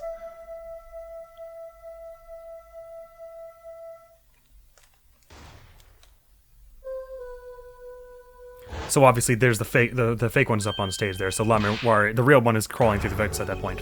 Why, it sounded like a gunshot! What? This has to be some kind of mistake. His hair. I believe a case has been made. Gunshots were heard during the second set, which means Lamiroir's testimony was true. Order! So, she was telling the truth about what she heard? It was the other man speaking, not Mr. Latouche. Well, what did he say? It's over. Press the switch, now. Just after that, there was a gunshot, and then the guitar caught on fire. Detective Crescent, you weren't on stage during the second set. You could have done it. But why did we only hear one gunshot on the recording? Weren't 2 bullets fired from this weapon? Lamiroir was moving through the air vent, Your Honor. She must not have been close enough for her mic to catch the first shot. But then as she passed over the dressing room... The gun fired again, and Mr. Latouche's life was taken. Weird that we didn't hear him, like, cry out in pain or whatever. Well, Detective Crescent? Oh, I guess you don't always scream if you get shot. You might be, like, your body gets into shock, kind of. Once again, I am reminded of something. Our performance that day. Your performance? Seeing the mixing board jogged my memory. You were there too, Herr Forehead. That Darian screwed up a cue. What is it with today? Problem after problem. Achtung! My hog won't start, my guitar case is busted, my guitar's been burnt to a crisp, and to top it all off, someone's dead. And then there was that performance just now. What was all that about? This part is off. Which is that? Second guitar. It was you, Darian. I thought it strange at the time. How could you miss such a simple cue? I know you. I know how you play. You're better than that. Yeah, well, You what? And Prosecutor Gavin, what are you getting at? I'm talking about the murder weapon, Mr. Latouche's .45 caliber hand cannon. As we have learned, even the shooter doesn't go unscarred with a revolver that size. The kickback is enough to dislocate your shoulder if you're an amateur. Wait, you mean his playing was affected because he hurt himself shooting that revolver? Ha! You're forgetting something. Yes, Detective Crescent? I'm a trained police officer, you know. I've had firearms training, plenty of it. I'm no amateur. The standard sidearm issued to police officers is a .38 caliber weapon, a much tamer beast. Also, the murder weapon belonged to the victim, Mr. Latouche, which suggests there was a struggle between killer and victim. So, the killer might not have been holding the revolver correctly when he fired. Is that what you mean? The thought had occurred to me, yes. Well, this is certainly heating up in our favor. More could happen. Well, does the witness have anything to say to this? Detective Crescent! What I want to ask is what Mr. Sleeves rolled up ready for action has to say. Hey you, attorney. Me? My sleeves aren't rolled up that far. Exactly which piece of your evidence is decisive again? You got a little noise on a tape that could be anything. And you have an alleged guitar cue that missed due to a .45 caliber kickback. I weep for this case, Gavin, I really do. You can line up your little weak piece of evidence all you want. I didn't shoot that manager. And that's the obvious truth. The witness has a point. The defense's arguments, while persuasive, are not decisive. I believe we should hear what the witness has to say in response to the case so far. Your testimony, please, Detective Crescent. Tell us your reasons why you couldn't have done it. Good, good, good. This will give us a chance for bracelet, hopefully. Proof of innocence. Come on, why would I want to even kill that manager? You want a reason? Easy. I got no motive, man. This was that diva's first trip to the country, right? How could I possibly know her manager? If I didn't know him, why would I want to kill him? A simple reason indeed. Prosecutor Gavin, is it the case that Mr. Latouche had not been to our country before? According to our records, yes. Not even once. I see. Very well. Mr. Justice, you may begin the cross-examination. Great. Now I need to find a motive. Well, for the bead, I assume, but... Or something to do with the bead, anyways. Bracelet? Aww. Why would I want to even kill that manager? You want a reason? Easy. I got no motive, man. This was that diva's first trip to this country, right? How could I possibly know her manager? If I didn't know him, why would I want to kill him? So he's using this motive question, his motive question as ammunition, huh? Well, I've got an ammunition too. Evidence! Alright. I believe what they want me to do is put the bead here. The cocoon, I keep calling it bead. But I'm gonna press here just to make sure that I'm not totally off the mark here. You sure about that? What? What? Wipe that look off your face before I do it for you. Listen, you can try throwing out one of your wild accusations. I'll throw it back at you so hard you'll forget who you're accusing of what. Yeah, forehead, perhaps it's best if you let your evidence do the talking, yeah? Man, what evidence? That's what I want to know. Alright, so I can think of this as a reason for why you would want to kill him. Although it's still not terribly decisive, but let's try it. Your Honor, take a look at this. What's that? Looks like candy. It's not. Don't lick it, please. Detective Crescent, ever seen this? Looks like a piece of candy. What it is evidence. Don't lick it before you try it. Specifically, this is a replica of a cocoon. It was found among the victim's belongings. A cocoon? Never seen one of that color. It is a variety only found in the Republic of Virginia. Nowhere else. Alright. But what is this cocoon replica doing in my courtroom? Surely this has nothing to do with a motive for killing Mr. Latouche. Does it? It does. Wait, I think it does. You don't sound so confident, man. A cocoon. Is it one of those silky cocoons? The kind that you can make, well, silk out of? Not this one. This cocoon makes a powerful curative. A curative? For what? Apparently it is most efficacious at treating a disease thought incurable. It is the only medicine of its kind. However, it is illegal to take one of these healing cocoons out of Virginia. Whatever for? If it's such a miracle cure, why not share it with the world? Yeah, that's what I've been wondering. We looked into the matter at some length. Apparently it isn't difficult at all to manufacture the remedy for the cocoon. Yet if you change the process only slightly, you can easily make a large quantity of something else entirely. A deadly poison, in fact. What? There was an incident several years ago where some of these got out into the black market. Caused quite the commotion in the global community, though the media was kept largely unaware. Intriguing. All this has led to a strict ban on the cocoon's export. One rigidly enforced by Interpol, among others. Interpol? Right. The victim, Romain Latouche, was an Interpol agent. Detective Crescent. You insist on referring to him as a manager, but that is misleading. Romain Latouche wasn't killed as a manager, he was killed as an undercover agent. So I was trying to smuggle this gumball into the country? That's what you're trying to say? I'm saying that could well be a motive for murder. Oh, so I was going to sell it on the black market, make myself a pretty penny. Ridiculous. I mean, totally unthinkable. Unthinkable, you say? Why? Perhaps it's time for another testimony, I think so, about this smuggling of cocoons business. Please. Man, we're chuffing along here. International Affairs got a memo about these cocoons. Interpol's all hot and bothered about them. Can't sell them on the black market. Too dangerous. Yeah, cocoon smuggling ain't exactly lucrative anymore. Man, I'm in international affairs. I know the deal. Indeed. Interpol wanted these cocoons bad enough to send Mr. Latouche undercover. You kids think up the craziest things. But no way am I going to risk life and limb just to get my hands on some dirty cocoon money. Not the most noble of statements, but duly noted. According to the reports, these cocoons top Interpol's list. Selling them to an underground organization would be risky. Very well, you may begin the cross-examination. This is the only motive I've got. He was up to something, and I'm gonna find out what. Please, bracelet? Bracelet? Cocoon smuggling? International Affairs got a memo that these cocoons. Interpol's all hot and bothered about them. Can't sell them on the black market. Too dangerous. Yeah, cocoon smuggling ain't exactly lucrative anymore. Man, I'm in international affairs. I know the deal. The replica has to be the key to his motive. There's got to be a way to find out what he was up to. Bugger. I better press on some of this. I'm not getting this. Hold it! That memo! That's how you knew about the cocoons. Oh, nice one, nice one. I'm running scared now. You had to know about the cocoons to plan this. Just how well known are these cocoons? I'm embarrassed to admit it, but I'd never heard of them. Well, let me warn you about them, though not their use. My reports indicate that there are ongoing efforts to control information about the cocoons. Most people only know that they are legal to export, that's all. Then, I've nothing to be embarrassed about after all. You could say people like me who know about them are a minority, yeah. But that includes everyone in international affairs, man. And everyone in Interpol, too, for that matter. Yeah, Interpol's all hot and bothered about them? Hold it! So there are other Interpol agents like Mr. Latouche. All over the world, likely. Deep undercover, most of them. That's why these cocoons are too hot for the black market. You don't want Interpol sniffing through your wares. Most came to the conclusion that can't sell on the black market, too dangerous. Hold it! Dangerous. Yeah, Interpol finds you, they arrest you on the spot. Or another marketeer might think you're part of a sting and take you out himself. Times have changed. Curious? Cocoon smuggling ain't exactly lucrative anymore. Hold it! But wouldn't scarcity drive up prices? Yeah, and attention. Every gangster and his brother would want a piece of that action. They'd turn your forehead into Swiss cheese before you could say objection. Ouch. Maybe we could get them to cut his hair, too.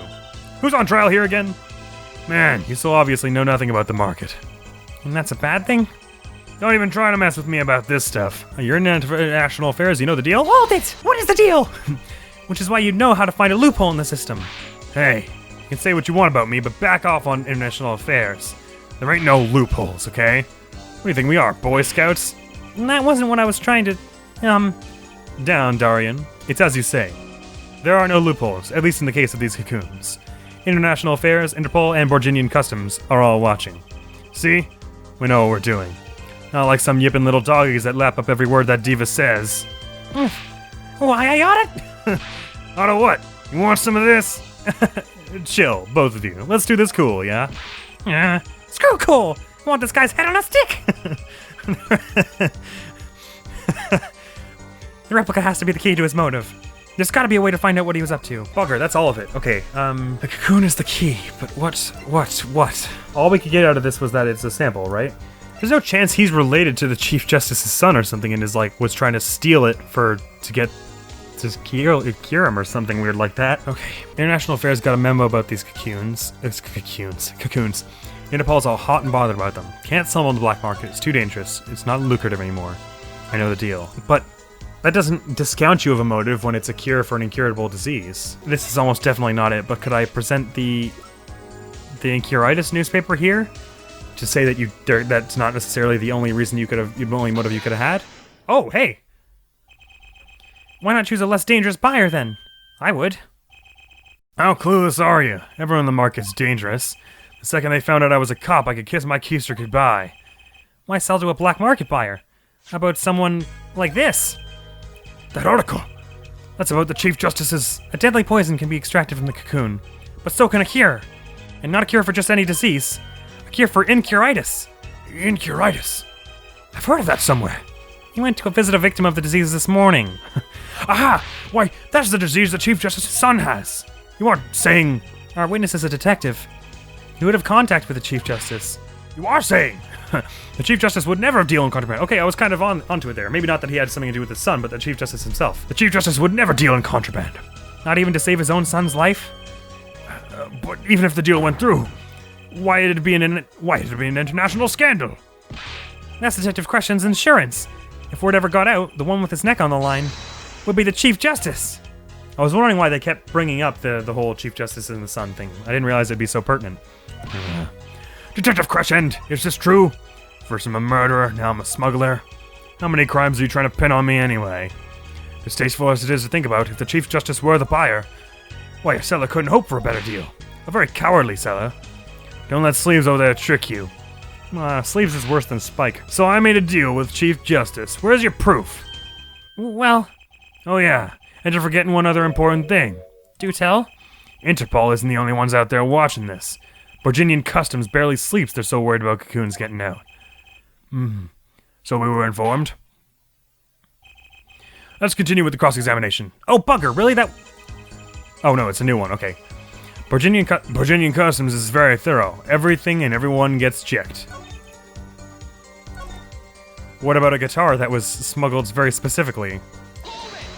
Hold it! Just how strict is this customs check? Way strict. They keep planes on the ground for hours. I do recall it being a bit extreme.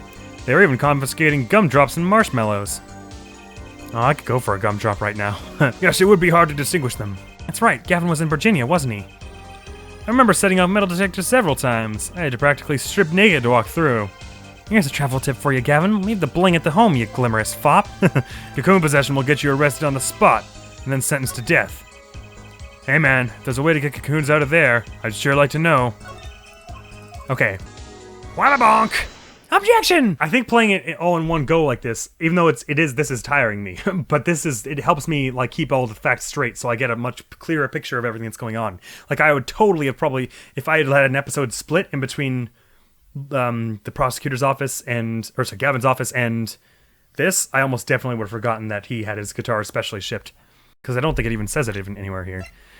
A gift sent from Virginia, but that's all really. Oh, I never actually really examined this. There's lightly scorched, and then there's this. It's burned clean through.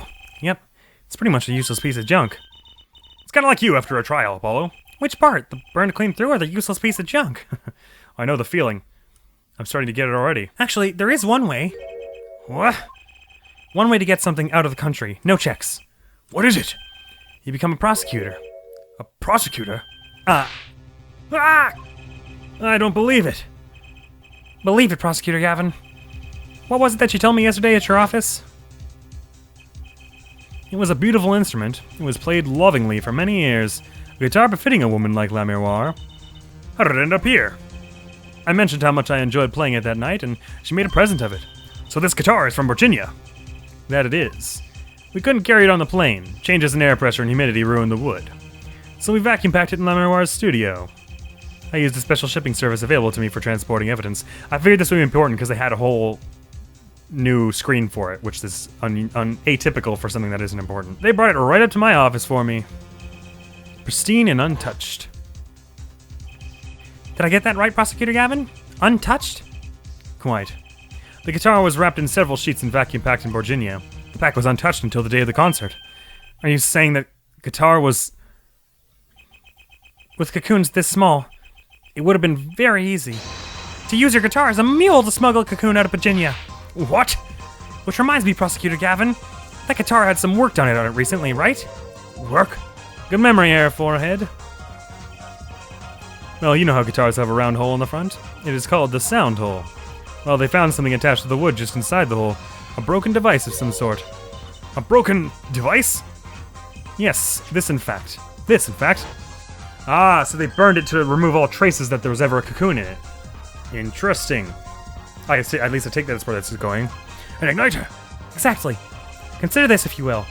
What if that igniter wasn't the only thing that was attached inside your guitar? You mean... He means this, of course. There was a way to get a cocoon out of the country. They could use Picky Prosecutor Gavin's privileged guitar as a mule. With all the alliteration again. Ugh. And who better to do that with... That's like a member of the band! Damn it. Yeah! Bonk, bonk, bonk. Order! Order! Order! So the igniter was placed in there for a clear reason, it seems. It was a safety precaution. A precaution? Ah, Hair Forehead. At last it all comes together. Very strange thing that happened that day. Care to review? Maestro, the gentle sounds of La Miroir's ballad, if you please. Ballad. I said ballad. First, my keys were stolen. A harmless misdemeanor, which forced me to break the lock on my guitar case. The key was stolen to retrieve the cocoon from the guitar. I see. But things didn't go so well. The smuggler wasn't counting on the guitar being wrapped. Only a member of the band could get near that case. Unwrapping the guitar would raise too many suspicions. Then the concert began. Right about this time, a very large problem presented itself to the smuggler. What's that? Mr. Latouche. Mr. Latouche, an undercover agent, was on to something. He would have known about the guitar. He'd only have to check the shipping records. So, Mr. Latouche tried to examine the guitar himself. If the cocoon were confiscated then, the gig would be up. The only thing left for the smuggler to do was to get rid of the whole lot. It's over. Press the switch, now. I mean, I'm assuming it's starting at this point. The guitar burst into flames, and the cocoon was lost. Oh, they never got it. And then Mr. Latouche died. With La Miroir there to witness it.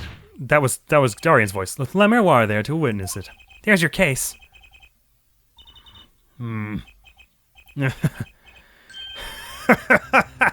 Brilliant, man.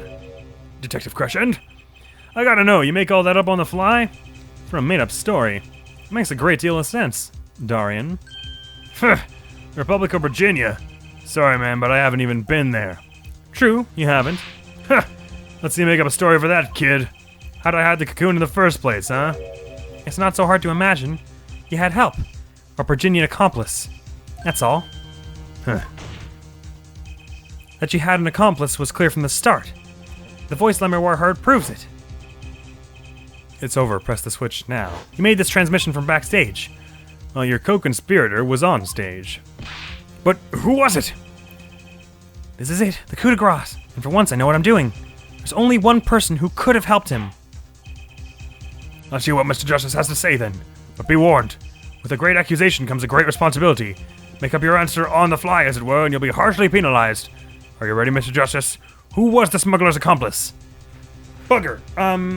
I think they're getting at Machi, because that's why Machi was afraid to say anything, because he was accomplice to a bad thing that happened. I mean, let's think about it. At the time of the ballad, who was on stage? I mean, I guess Gramarye. So at the time the guitar caught fire, I guess is more apt. Gramarye, Clavier, Machi, and then the two others that we don't know their names, so we can't choose them. So Machi. Oh, he's 14, not 15, my bad. Turns out he isn't blind and can't understand English. Take that! There is only one person who meets all the requirements of the accomplice. And that person is the defendant, Machi Dabai. But Mr. Justice, he's your client. A defense attorney accusing his client? That's a new one. Well, I'm not defending him for accomplice to murder, I'm defending him for murder. I assure you, no one is more unhappy about this than I. But I am here to defend him in the murder of Mr. Latouche, and I stand by my statement earlier that he is innocent of that particular crime. Indeed. The defendant is Borginian. He does meet the basic requirements to be the accomplice. But what if it was, in fact, La Miroir? It couldn't have been. She was in the vent. Well, you seem sure of yourself. The reason is electronic signals, Your Honor. Electronic signals? Recall that this remote only works to a range of 30 feet. That too. Beyond that, it's useless. And he found the switch in the piano, which sent red flags for me, also. Beyond that, it's useless. Yes, that's true. Now think back to the testimony. When the shooter made his transmission, La Miroir was in the air vent, right above the dressing room where the shooter stood. Let's look at the stage diagram. This is the area that remote could reach the vent from. Well, looking at this, it seems that La Miroir still could have done the deed. No. When the shooter made that transmission, the stage was slightly different than shown here. It was elevated. It was in the middle of the guitar's serenade.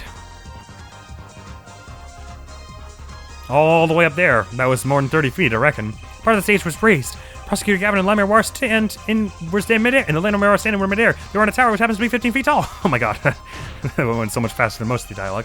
In other words, the remote couldn't have worked from La Miroir's position in the air vent. Well, Detective Crescent? I mean, technically, those ranges aren't like 100% absolute. So there's a possibility, but going by the logic of that we've got so far, that's a sensible conclusion. Well, Detective Crescent, what do you say to that? Your Honor? Yes, Detective? Could we see the video where Gavin's guitar burns? Just one more time. Well, I don't see why not. What? Don't tell me he has a way out of this. It's not going to zoom in on Machi, is it? And like prove somehow that there's no way he could have done it at that time. Because I'll just say that the thing was found in the piano, so it could have been inside the piano the whole time. Oh, if it was in the piano the whole time, we would hear the clicking noise in the track, wouldn't we?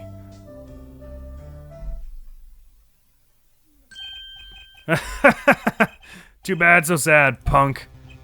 Punk? First you were sleeves, then kid, now punk. You're losing rank fast, Apollo. What exactly were we supposed to see in this video? The problem isn't in what we see, correct, Darian? It's that we don't see Machi doing it. Right, it's what you hear. Oh. We are musicians after all. Care to explain for us non-musicians? Sure thing, punk. Let me get your yarn straight first. You're saying I ordered the wee pianist to set off that igniter. That right? Yes. Well, in order to do that, he'd have to press a switch. Am I right? Okay. Well, take another listen. Pay attention to the piano. Piano? Gotta wait for the part where the guitar's about to catch fire and listen closely there.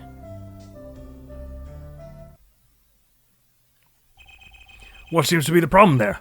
The piano sounded just fine. And that's the problem. Man, you still don't get it? Yeah. How's he supposed to hit that switch if he's playing? You got Miss Diva, the guitar, the bass, the piano, and the drums. The only one with her hands free was the Diva. Lamir War. But according to you, she couldn't have been the accomplice, could she? Your accomplice would have had a hard time helping out if they couldn't even press a switch. Hang on, I do want to check the court record and see if I can hear any nonsense with the piano there. Ah, no, it went away. No, wait.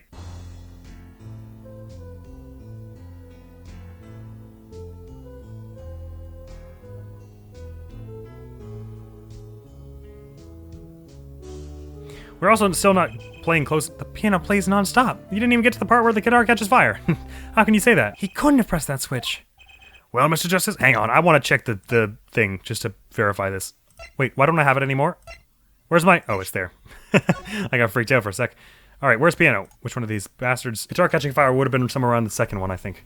But I'll just listen the whole time.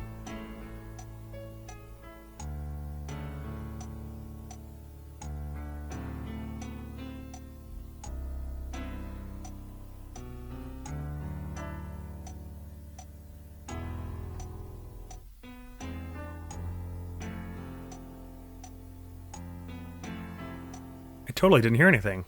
Hang on, let me listen to the second part again. I didn't hear it that time either. Hang on. Might be on the wrong track here, actually. Well, Mr. Justice, this piano does seem to be playing when the guitar catches fire. Well, it's okay. We all make mistakes sometimes. Apollo, were you wrong? I can't be wrong. Everything makes perfect sense. How could it all just... Strange. What's strange? No, it's just... Something's odd about the performance there. Odd? Does he play a wrong note or something and I didn't notice because I have no musical ear? Mr. Justice, if Machitabai didn't press that switch, then he could not be the accomplice you claim he is. But everything points to it! Every fact says he's the accomplice. You got the facts wrong, man. Yeah. Here's some facts for you. Gavin's guitar is on fire, but the pianist didn't press that switch. In other words, your story is full of holes. Mr. Justice, let's hear your final opinion on this matter now. Was the defendant Machitabai the accomplice? Your answer will reflect on everything you said here. Give it some thought. Apollo, if Machi's not the accomplice, then our whole case is ruined. I know that. It has to be him. He was the only one who could have helped the smuggler. He had to have pressed that switch, so I just have to think of how he pressed that switch, which suggests that if he didn't stop playing, that it was in the piano somewhere, but we didn't hear any clicking noises. Well, you better find a way to prove it. Ah! What do I do? What do I do? There has to be something that doesn't fit. Something odd. Something odd. Wait a second. What? You thought of something? What was Gavin saying just now? Strange. What's strange? No, it's just... Something's odd about the performance there. It's not much to go on, but it's all I've got. What exactly did he hear that was odd? Have you come up with something, Mr. Justice? May I remind you that everything rests on this. Can you prove Machitabai pressed that switch? Let's hear your final answer. Can you prove Machitabai pressed that switch? I can prove it. I don't know if you call this proof per se, but I can prove it was possible. Then, as prosecutor, it falls to me to ask you to show us evidence supporting this. Hey, Forehead, you're sure about this? Accept it. There's no evidence, man. Let's see your evidence, Mr. Justice. On what do you base your claim that the defendant pressed that switch? Right, bugger. Okay, I didn't hear any clicking in there, but... Found on the stage. This was found in the piano. Let me try that before I go with the mixing board. Take that! The basis for my claim is this evidence, Your Honor. That doesn't sound good. I'm not sure I follow. Ha! Can't bluff your way out of this one. Nor can you prove anyone pressed the switch with that evidence. Maybe I picked the wrong evidence. For every bluff, there is an equal and opposite penalty. Ouch. What did Gavin hear that was odd? That's the only hint I've got here. If Machi's hands were tied up playing the piano... Alright, well it has to be the mixing board. I don't even have to examine it before that. They're gonna ask me to find what's weird in the mixing board, but it's gotta be the mixing board, right? The basis for my claim is music, Your Honor. Music? What about music? Let's listen to the piano part, around the time when the switch was to be pressed. Right before the guitar burst into flame.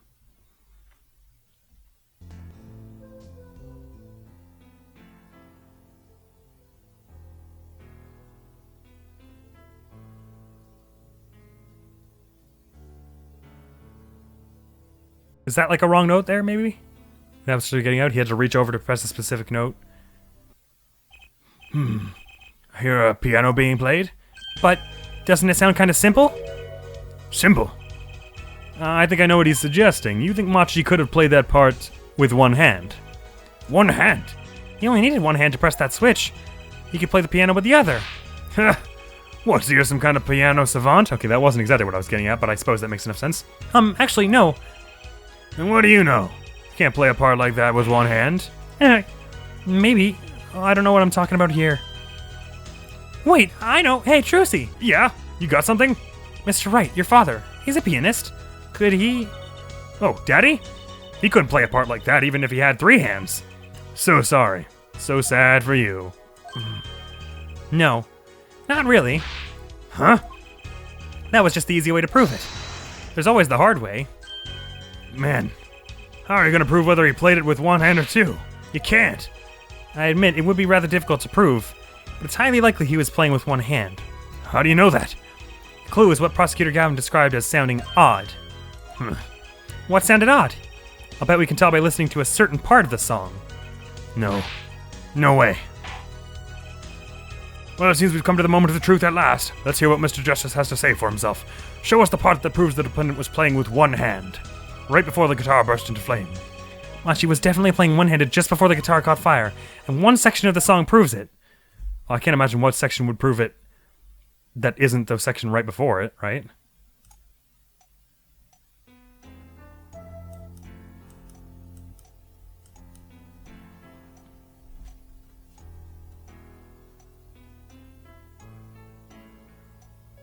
That's definitely 2 hands.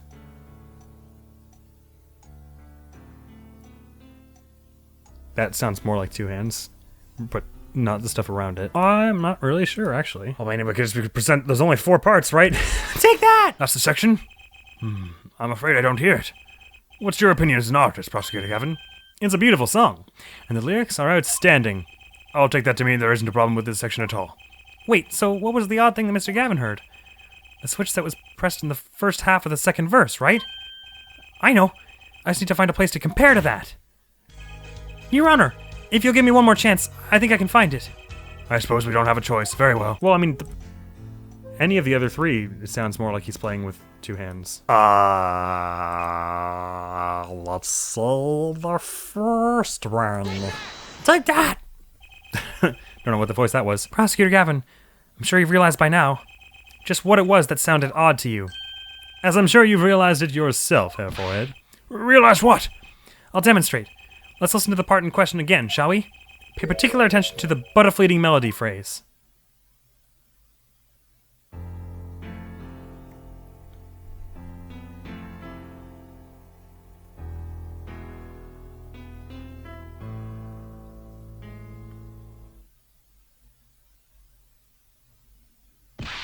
Man, how many times do we have to listen to the same thing?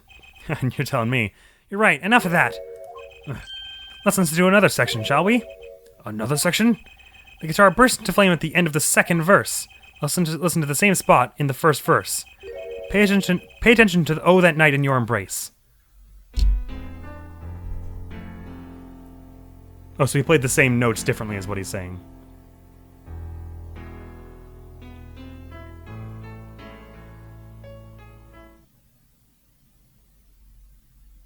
Right, so that sounded a little more complex. Play verse 2 again.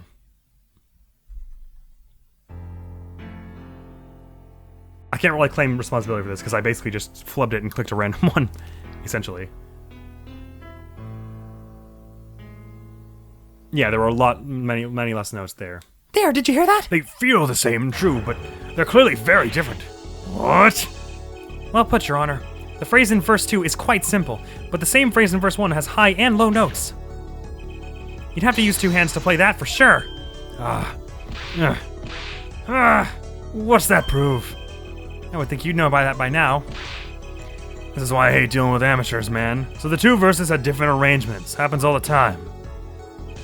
Not this time, Darian. There's no point in changing an arrangement if you can't hear it clearly. And that wasn't the point. I had him play specifically so that the piano would stay in the background. Oh. That was what I noticed. Why should the same phrase sound slightly different, I asked myself. Now ask yourselves why Machi changed how he played, and there's only one answer. He needed a free hand in order to press the switch. This man and his hair. Flopping all around at the most pivotal moments. Man, my camera's running out. Better be able to wrap this up quickly. Order! Order! Order!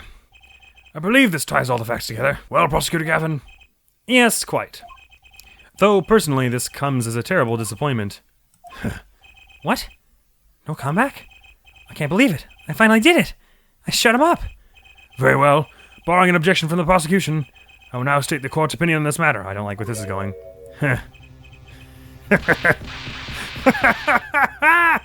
Good show, Sleeves. No, great show. It's not over. I don't like it when he looks so happy. You tell him, Gavin. Tell him what's so disappointing. Personally, I'm terribly disappointed. In you, Hair Forehead. Oh no. Huh? Me? Yes. Don't get me wrong, your case is solid. The facts all check out, but even now, you have yet to show us a single piece of decisive evidence. Yeah, but the facts. Anyone can see it was him. Unfortunately, anyone does not include the law. I'm afraid your case doesn't cut it. But... 1,000 facts might point towards the same conclusion, but without decisive evidence, it's not proof. That's the rule under our current legal system. I don't believe it. It does not seem as though the defense has any more evidence to present. I just want to ask him to testify about something that he's definitely will lie about so I can get the bracelet to react. Oh, I think if he did, he would have already seen it a long ways back. It is unfortunate, but at present this court is unable to acknowledge your accusation. What? The truth is staring us all right in the face. Why can't they see it? What's the point of a legal system that protects criminals? Apollo, remember what Daddy said? It won't be easy proving he did it, especially not under the current court system. So what do I do? Like I said, good luck. And be aware that it will be impossible to prove his guilt by conventional methods, meaning we have to use the bracelet is why I took that to mean. Ugh. Every man has an igniter inside him. Find Darian Crescent's igniter and set it off. You mean trigger his tick somehow. I wonder what he meant by every man's igniter. I think he just meant a weak spot, no? The kind of thing that has a single spark could turn into a wildfire of emotion. I won't be able to press him further by conventional means. I've got to find a weak spot in this guy. Something fatal. So, can I get back to work now or what? May look like I got a lot of time on my hands, but I got no more time to play pretend with this deadweight attorney. Well, Mr. Justice, we've come this far without decisive evidence. This witness won't be coming back to the stand once we let him go. Every man has an igniter. Huh? Didn't you say the better the guitar, the brighter it burns, Prosecutor Gavin? Ah, yes. Good guitars are kept dry, is why. That provides the best sound. Even a small spark could cause irreparable damage. Your plan has an igniter in it too, Detective. It was there from the very beginning. What? Fighting time, Justice.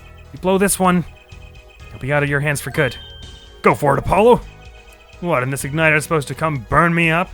That's almost poetic there, Mr. Attorney. All the better. I'm rather fond of poetry, and I intend to hear this one through to the very end. Hair Forehead, you are accusing this man, Darian Crescent, of 2 crimes. The murder of Mr. Latouche and the smuggling of a Virginian cocoon. This is your last chance to prove your case. This trial has already run on for far too long. Mr. Justice, this will be my last warning. The moment this igniter of yours turns out to be a dud, is the moment this cross-examination ends. Understood? Yes, Your Honor. And let's have it. Show us the basis for these accusations against Darian Crescent. Okay, this is really my last chance. Palms are sweating. The key that will take apart Darian Crescent's plan is...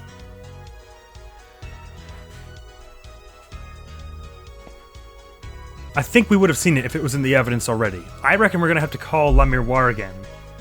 Because that was what Mr. Latouche maintains with his dying breath, that she would be the key. The witness. She was the witness. Yeah, well, I mean, the worst case I die and I just pick the other option. Call a witness. Your igniter isn't a piece of evidence. Huh? So what is? It is true that I couldn't show decisive evidence, but perhaps what I needed to prove my case was something else. You mean, a witness? It could also be Machi that we call. I just have to, get him to trust me on this one. Proving his guilt is a tall order, but I've got just the person to do it. Very well, Mr. Justice. Who is this person who can prove Darian Crescent's guilt? Well, it's one of these two.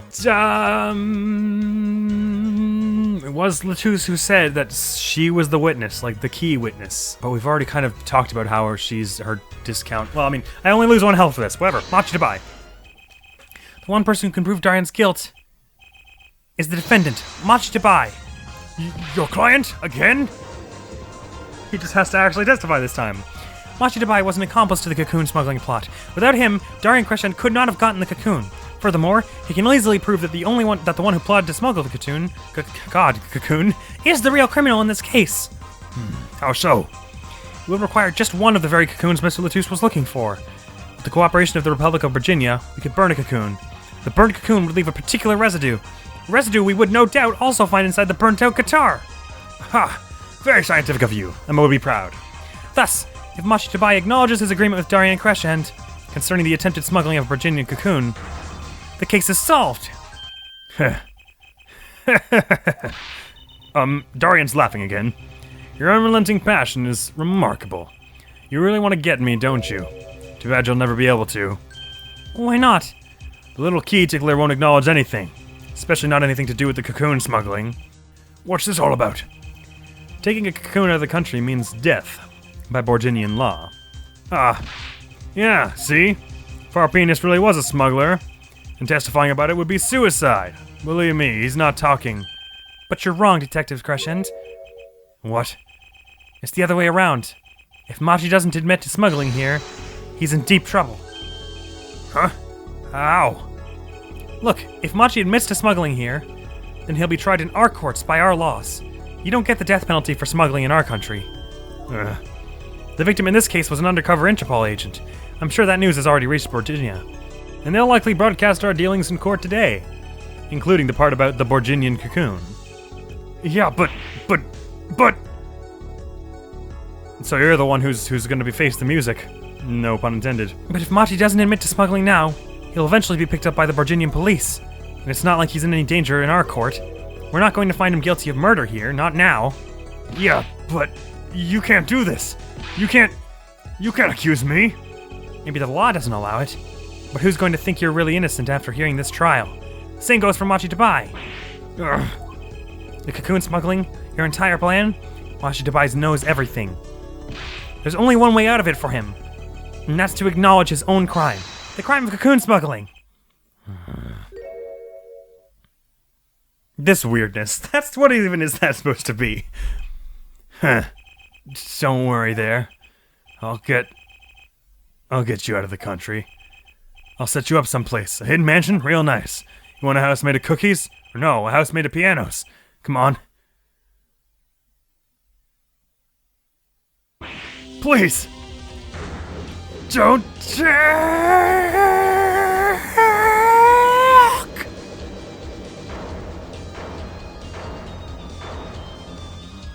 Brother, your hair, it's even screwed up now.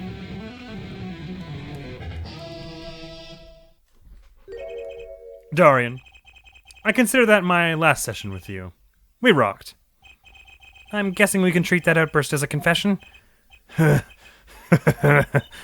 Uh-oh, he's laughing again. There's a kind of sick desperation in it now, though. That's something that the judge said to Apollo before. Oh, is that it? It feels like it. My shoulder's tense. Well, have you been listening to today's trial? Yes. And you'll talk. You'll tell this court everything. I didn't want it to turn out this way. But I'm not the kind of lord that can overlook a crime. Today's trial was all for your benefit, you know. I see no reason why you should hesitate now. I knew. From beginning, I knew. Machi. Situation. I cannot explain, but money. I need it. Very much money. Today's trial raises a delicate issue with our legal system. The only thing definite in a court of law is evidence. This is the golden rule, however, it has become apparent that not all things can be tried by this standard. Should another case of this sort surface, we may have to consider an alternate system by which to administer justice. Anyway, Mr. Machi Dabai. Yes? I promise you will receive a fair trial by the laws of our country. And with regards to the current charges for the murder of Mr. Latus, this court is prepared to announce a verdict. No! Aw, he's so cute. I thank you. I only lie, but you see truth. You find truth. And that's our job. Very well. This court finds the defendant Machi Dabai not guilty. Woo! I need a drink of water. Court is adjourned. Heck. July 10th, 442, District Court Defendant Lobby number 2. Well, I wonder what'll happen to Machi. Well, he did smuggle a cocoon out of Virginia. I guess there'll be another trial here. All's well that ends well. It's Phoenix, Daddy! I owe you both my thanks. Lamiroir? Is something wrong? I'm sorry. Machi was your partner on stage, your friend. Yes, I thought of him as my own son. Even now I do. Yet, something got a hold of him. Something evil, I see that. And he must pay for what he has done. Is that not how it should be? I'm still sorry. Do not be sorry. You have given me courage. Courage? I am considering an eye operation. It was my suggestion, actually. You mean you'll be able to see again? Well, I mean, potentially. It's funny. I've always been afraid of the light. Light seems so harsh, so unforgiving. According to the doctor, Admiral lost her sight due to some kind of accident. An accident? As you know, I suffer from amnesia. I feared that if I could see, perhaps it would open my eyes to the truth I have been running from. I was scared. You know what changed her mind? Hearing your defense in there today. She could feel your gaze, unwavering, always looking straight at the truth. If the light returns to my eyes, I think I will take up painting. Painting? Landscapes? Beautiful. That's right, she's the landscape painter in sound, after all. I will paint the two of you. I promise. Woohoo! I can't wait, Lamiroir. I owe you my thanks too, Apollo. Thanks, Mr. Wright, but for what? You reminded me I need to hurry things along. On my secret mission, that is. Right, your secret mission. This has got to be something to do with case number 4. Apollo, Trucy, I hope that we will meet again someday soon. You bet. Me too. I'm also glad they didn't make me present any evidence for dialogue there, because I was like, so, like, what else could it be? And so, like a ballad, the trial flowed on and on, until it came to an end. Thanks to the trial, the guitar serenade was a huge hit. Prosecutor Gavin's even more dazzling to look at now. Really, Apollo? But there's something I want to say to that guy. Next time you write a ballad, have them catch the killer at the end. That would have made it easier if he just said, and then the killer walked outside and was like, hi.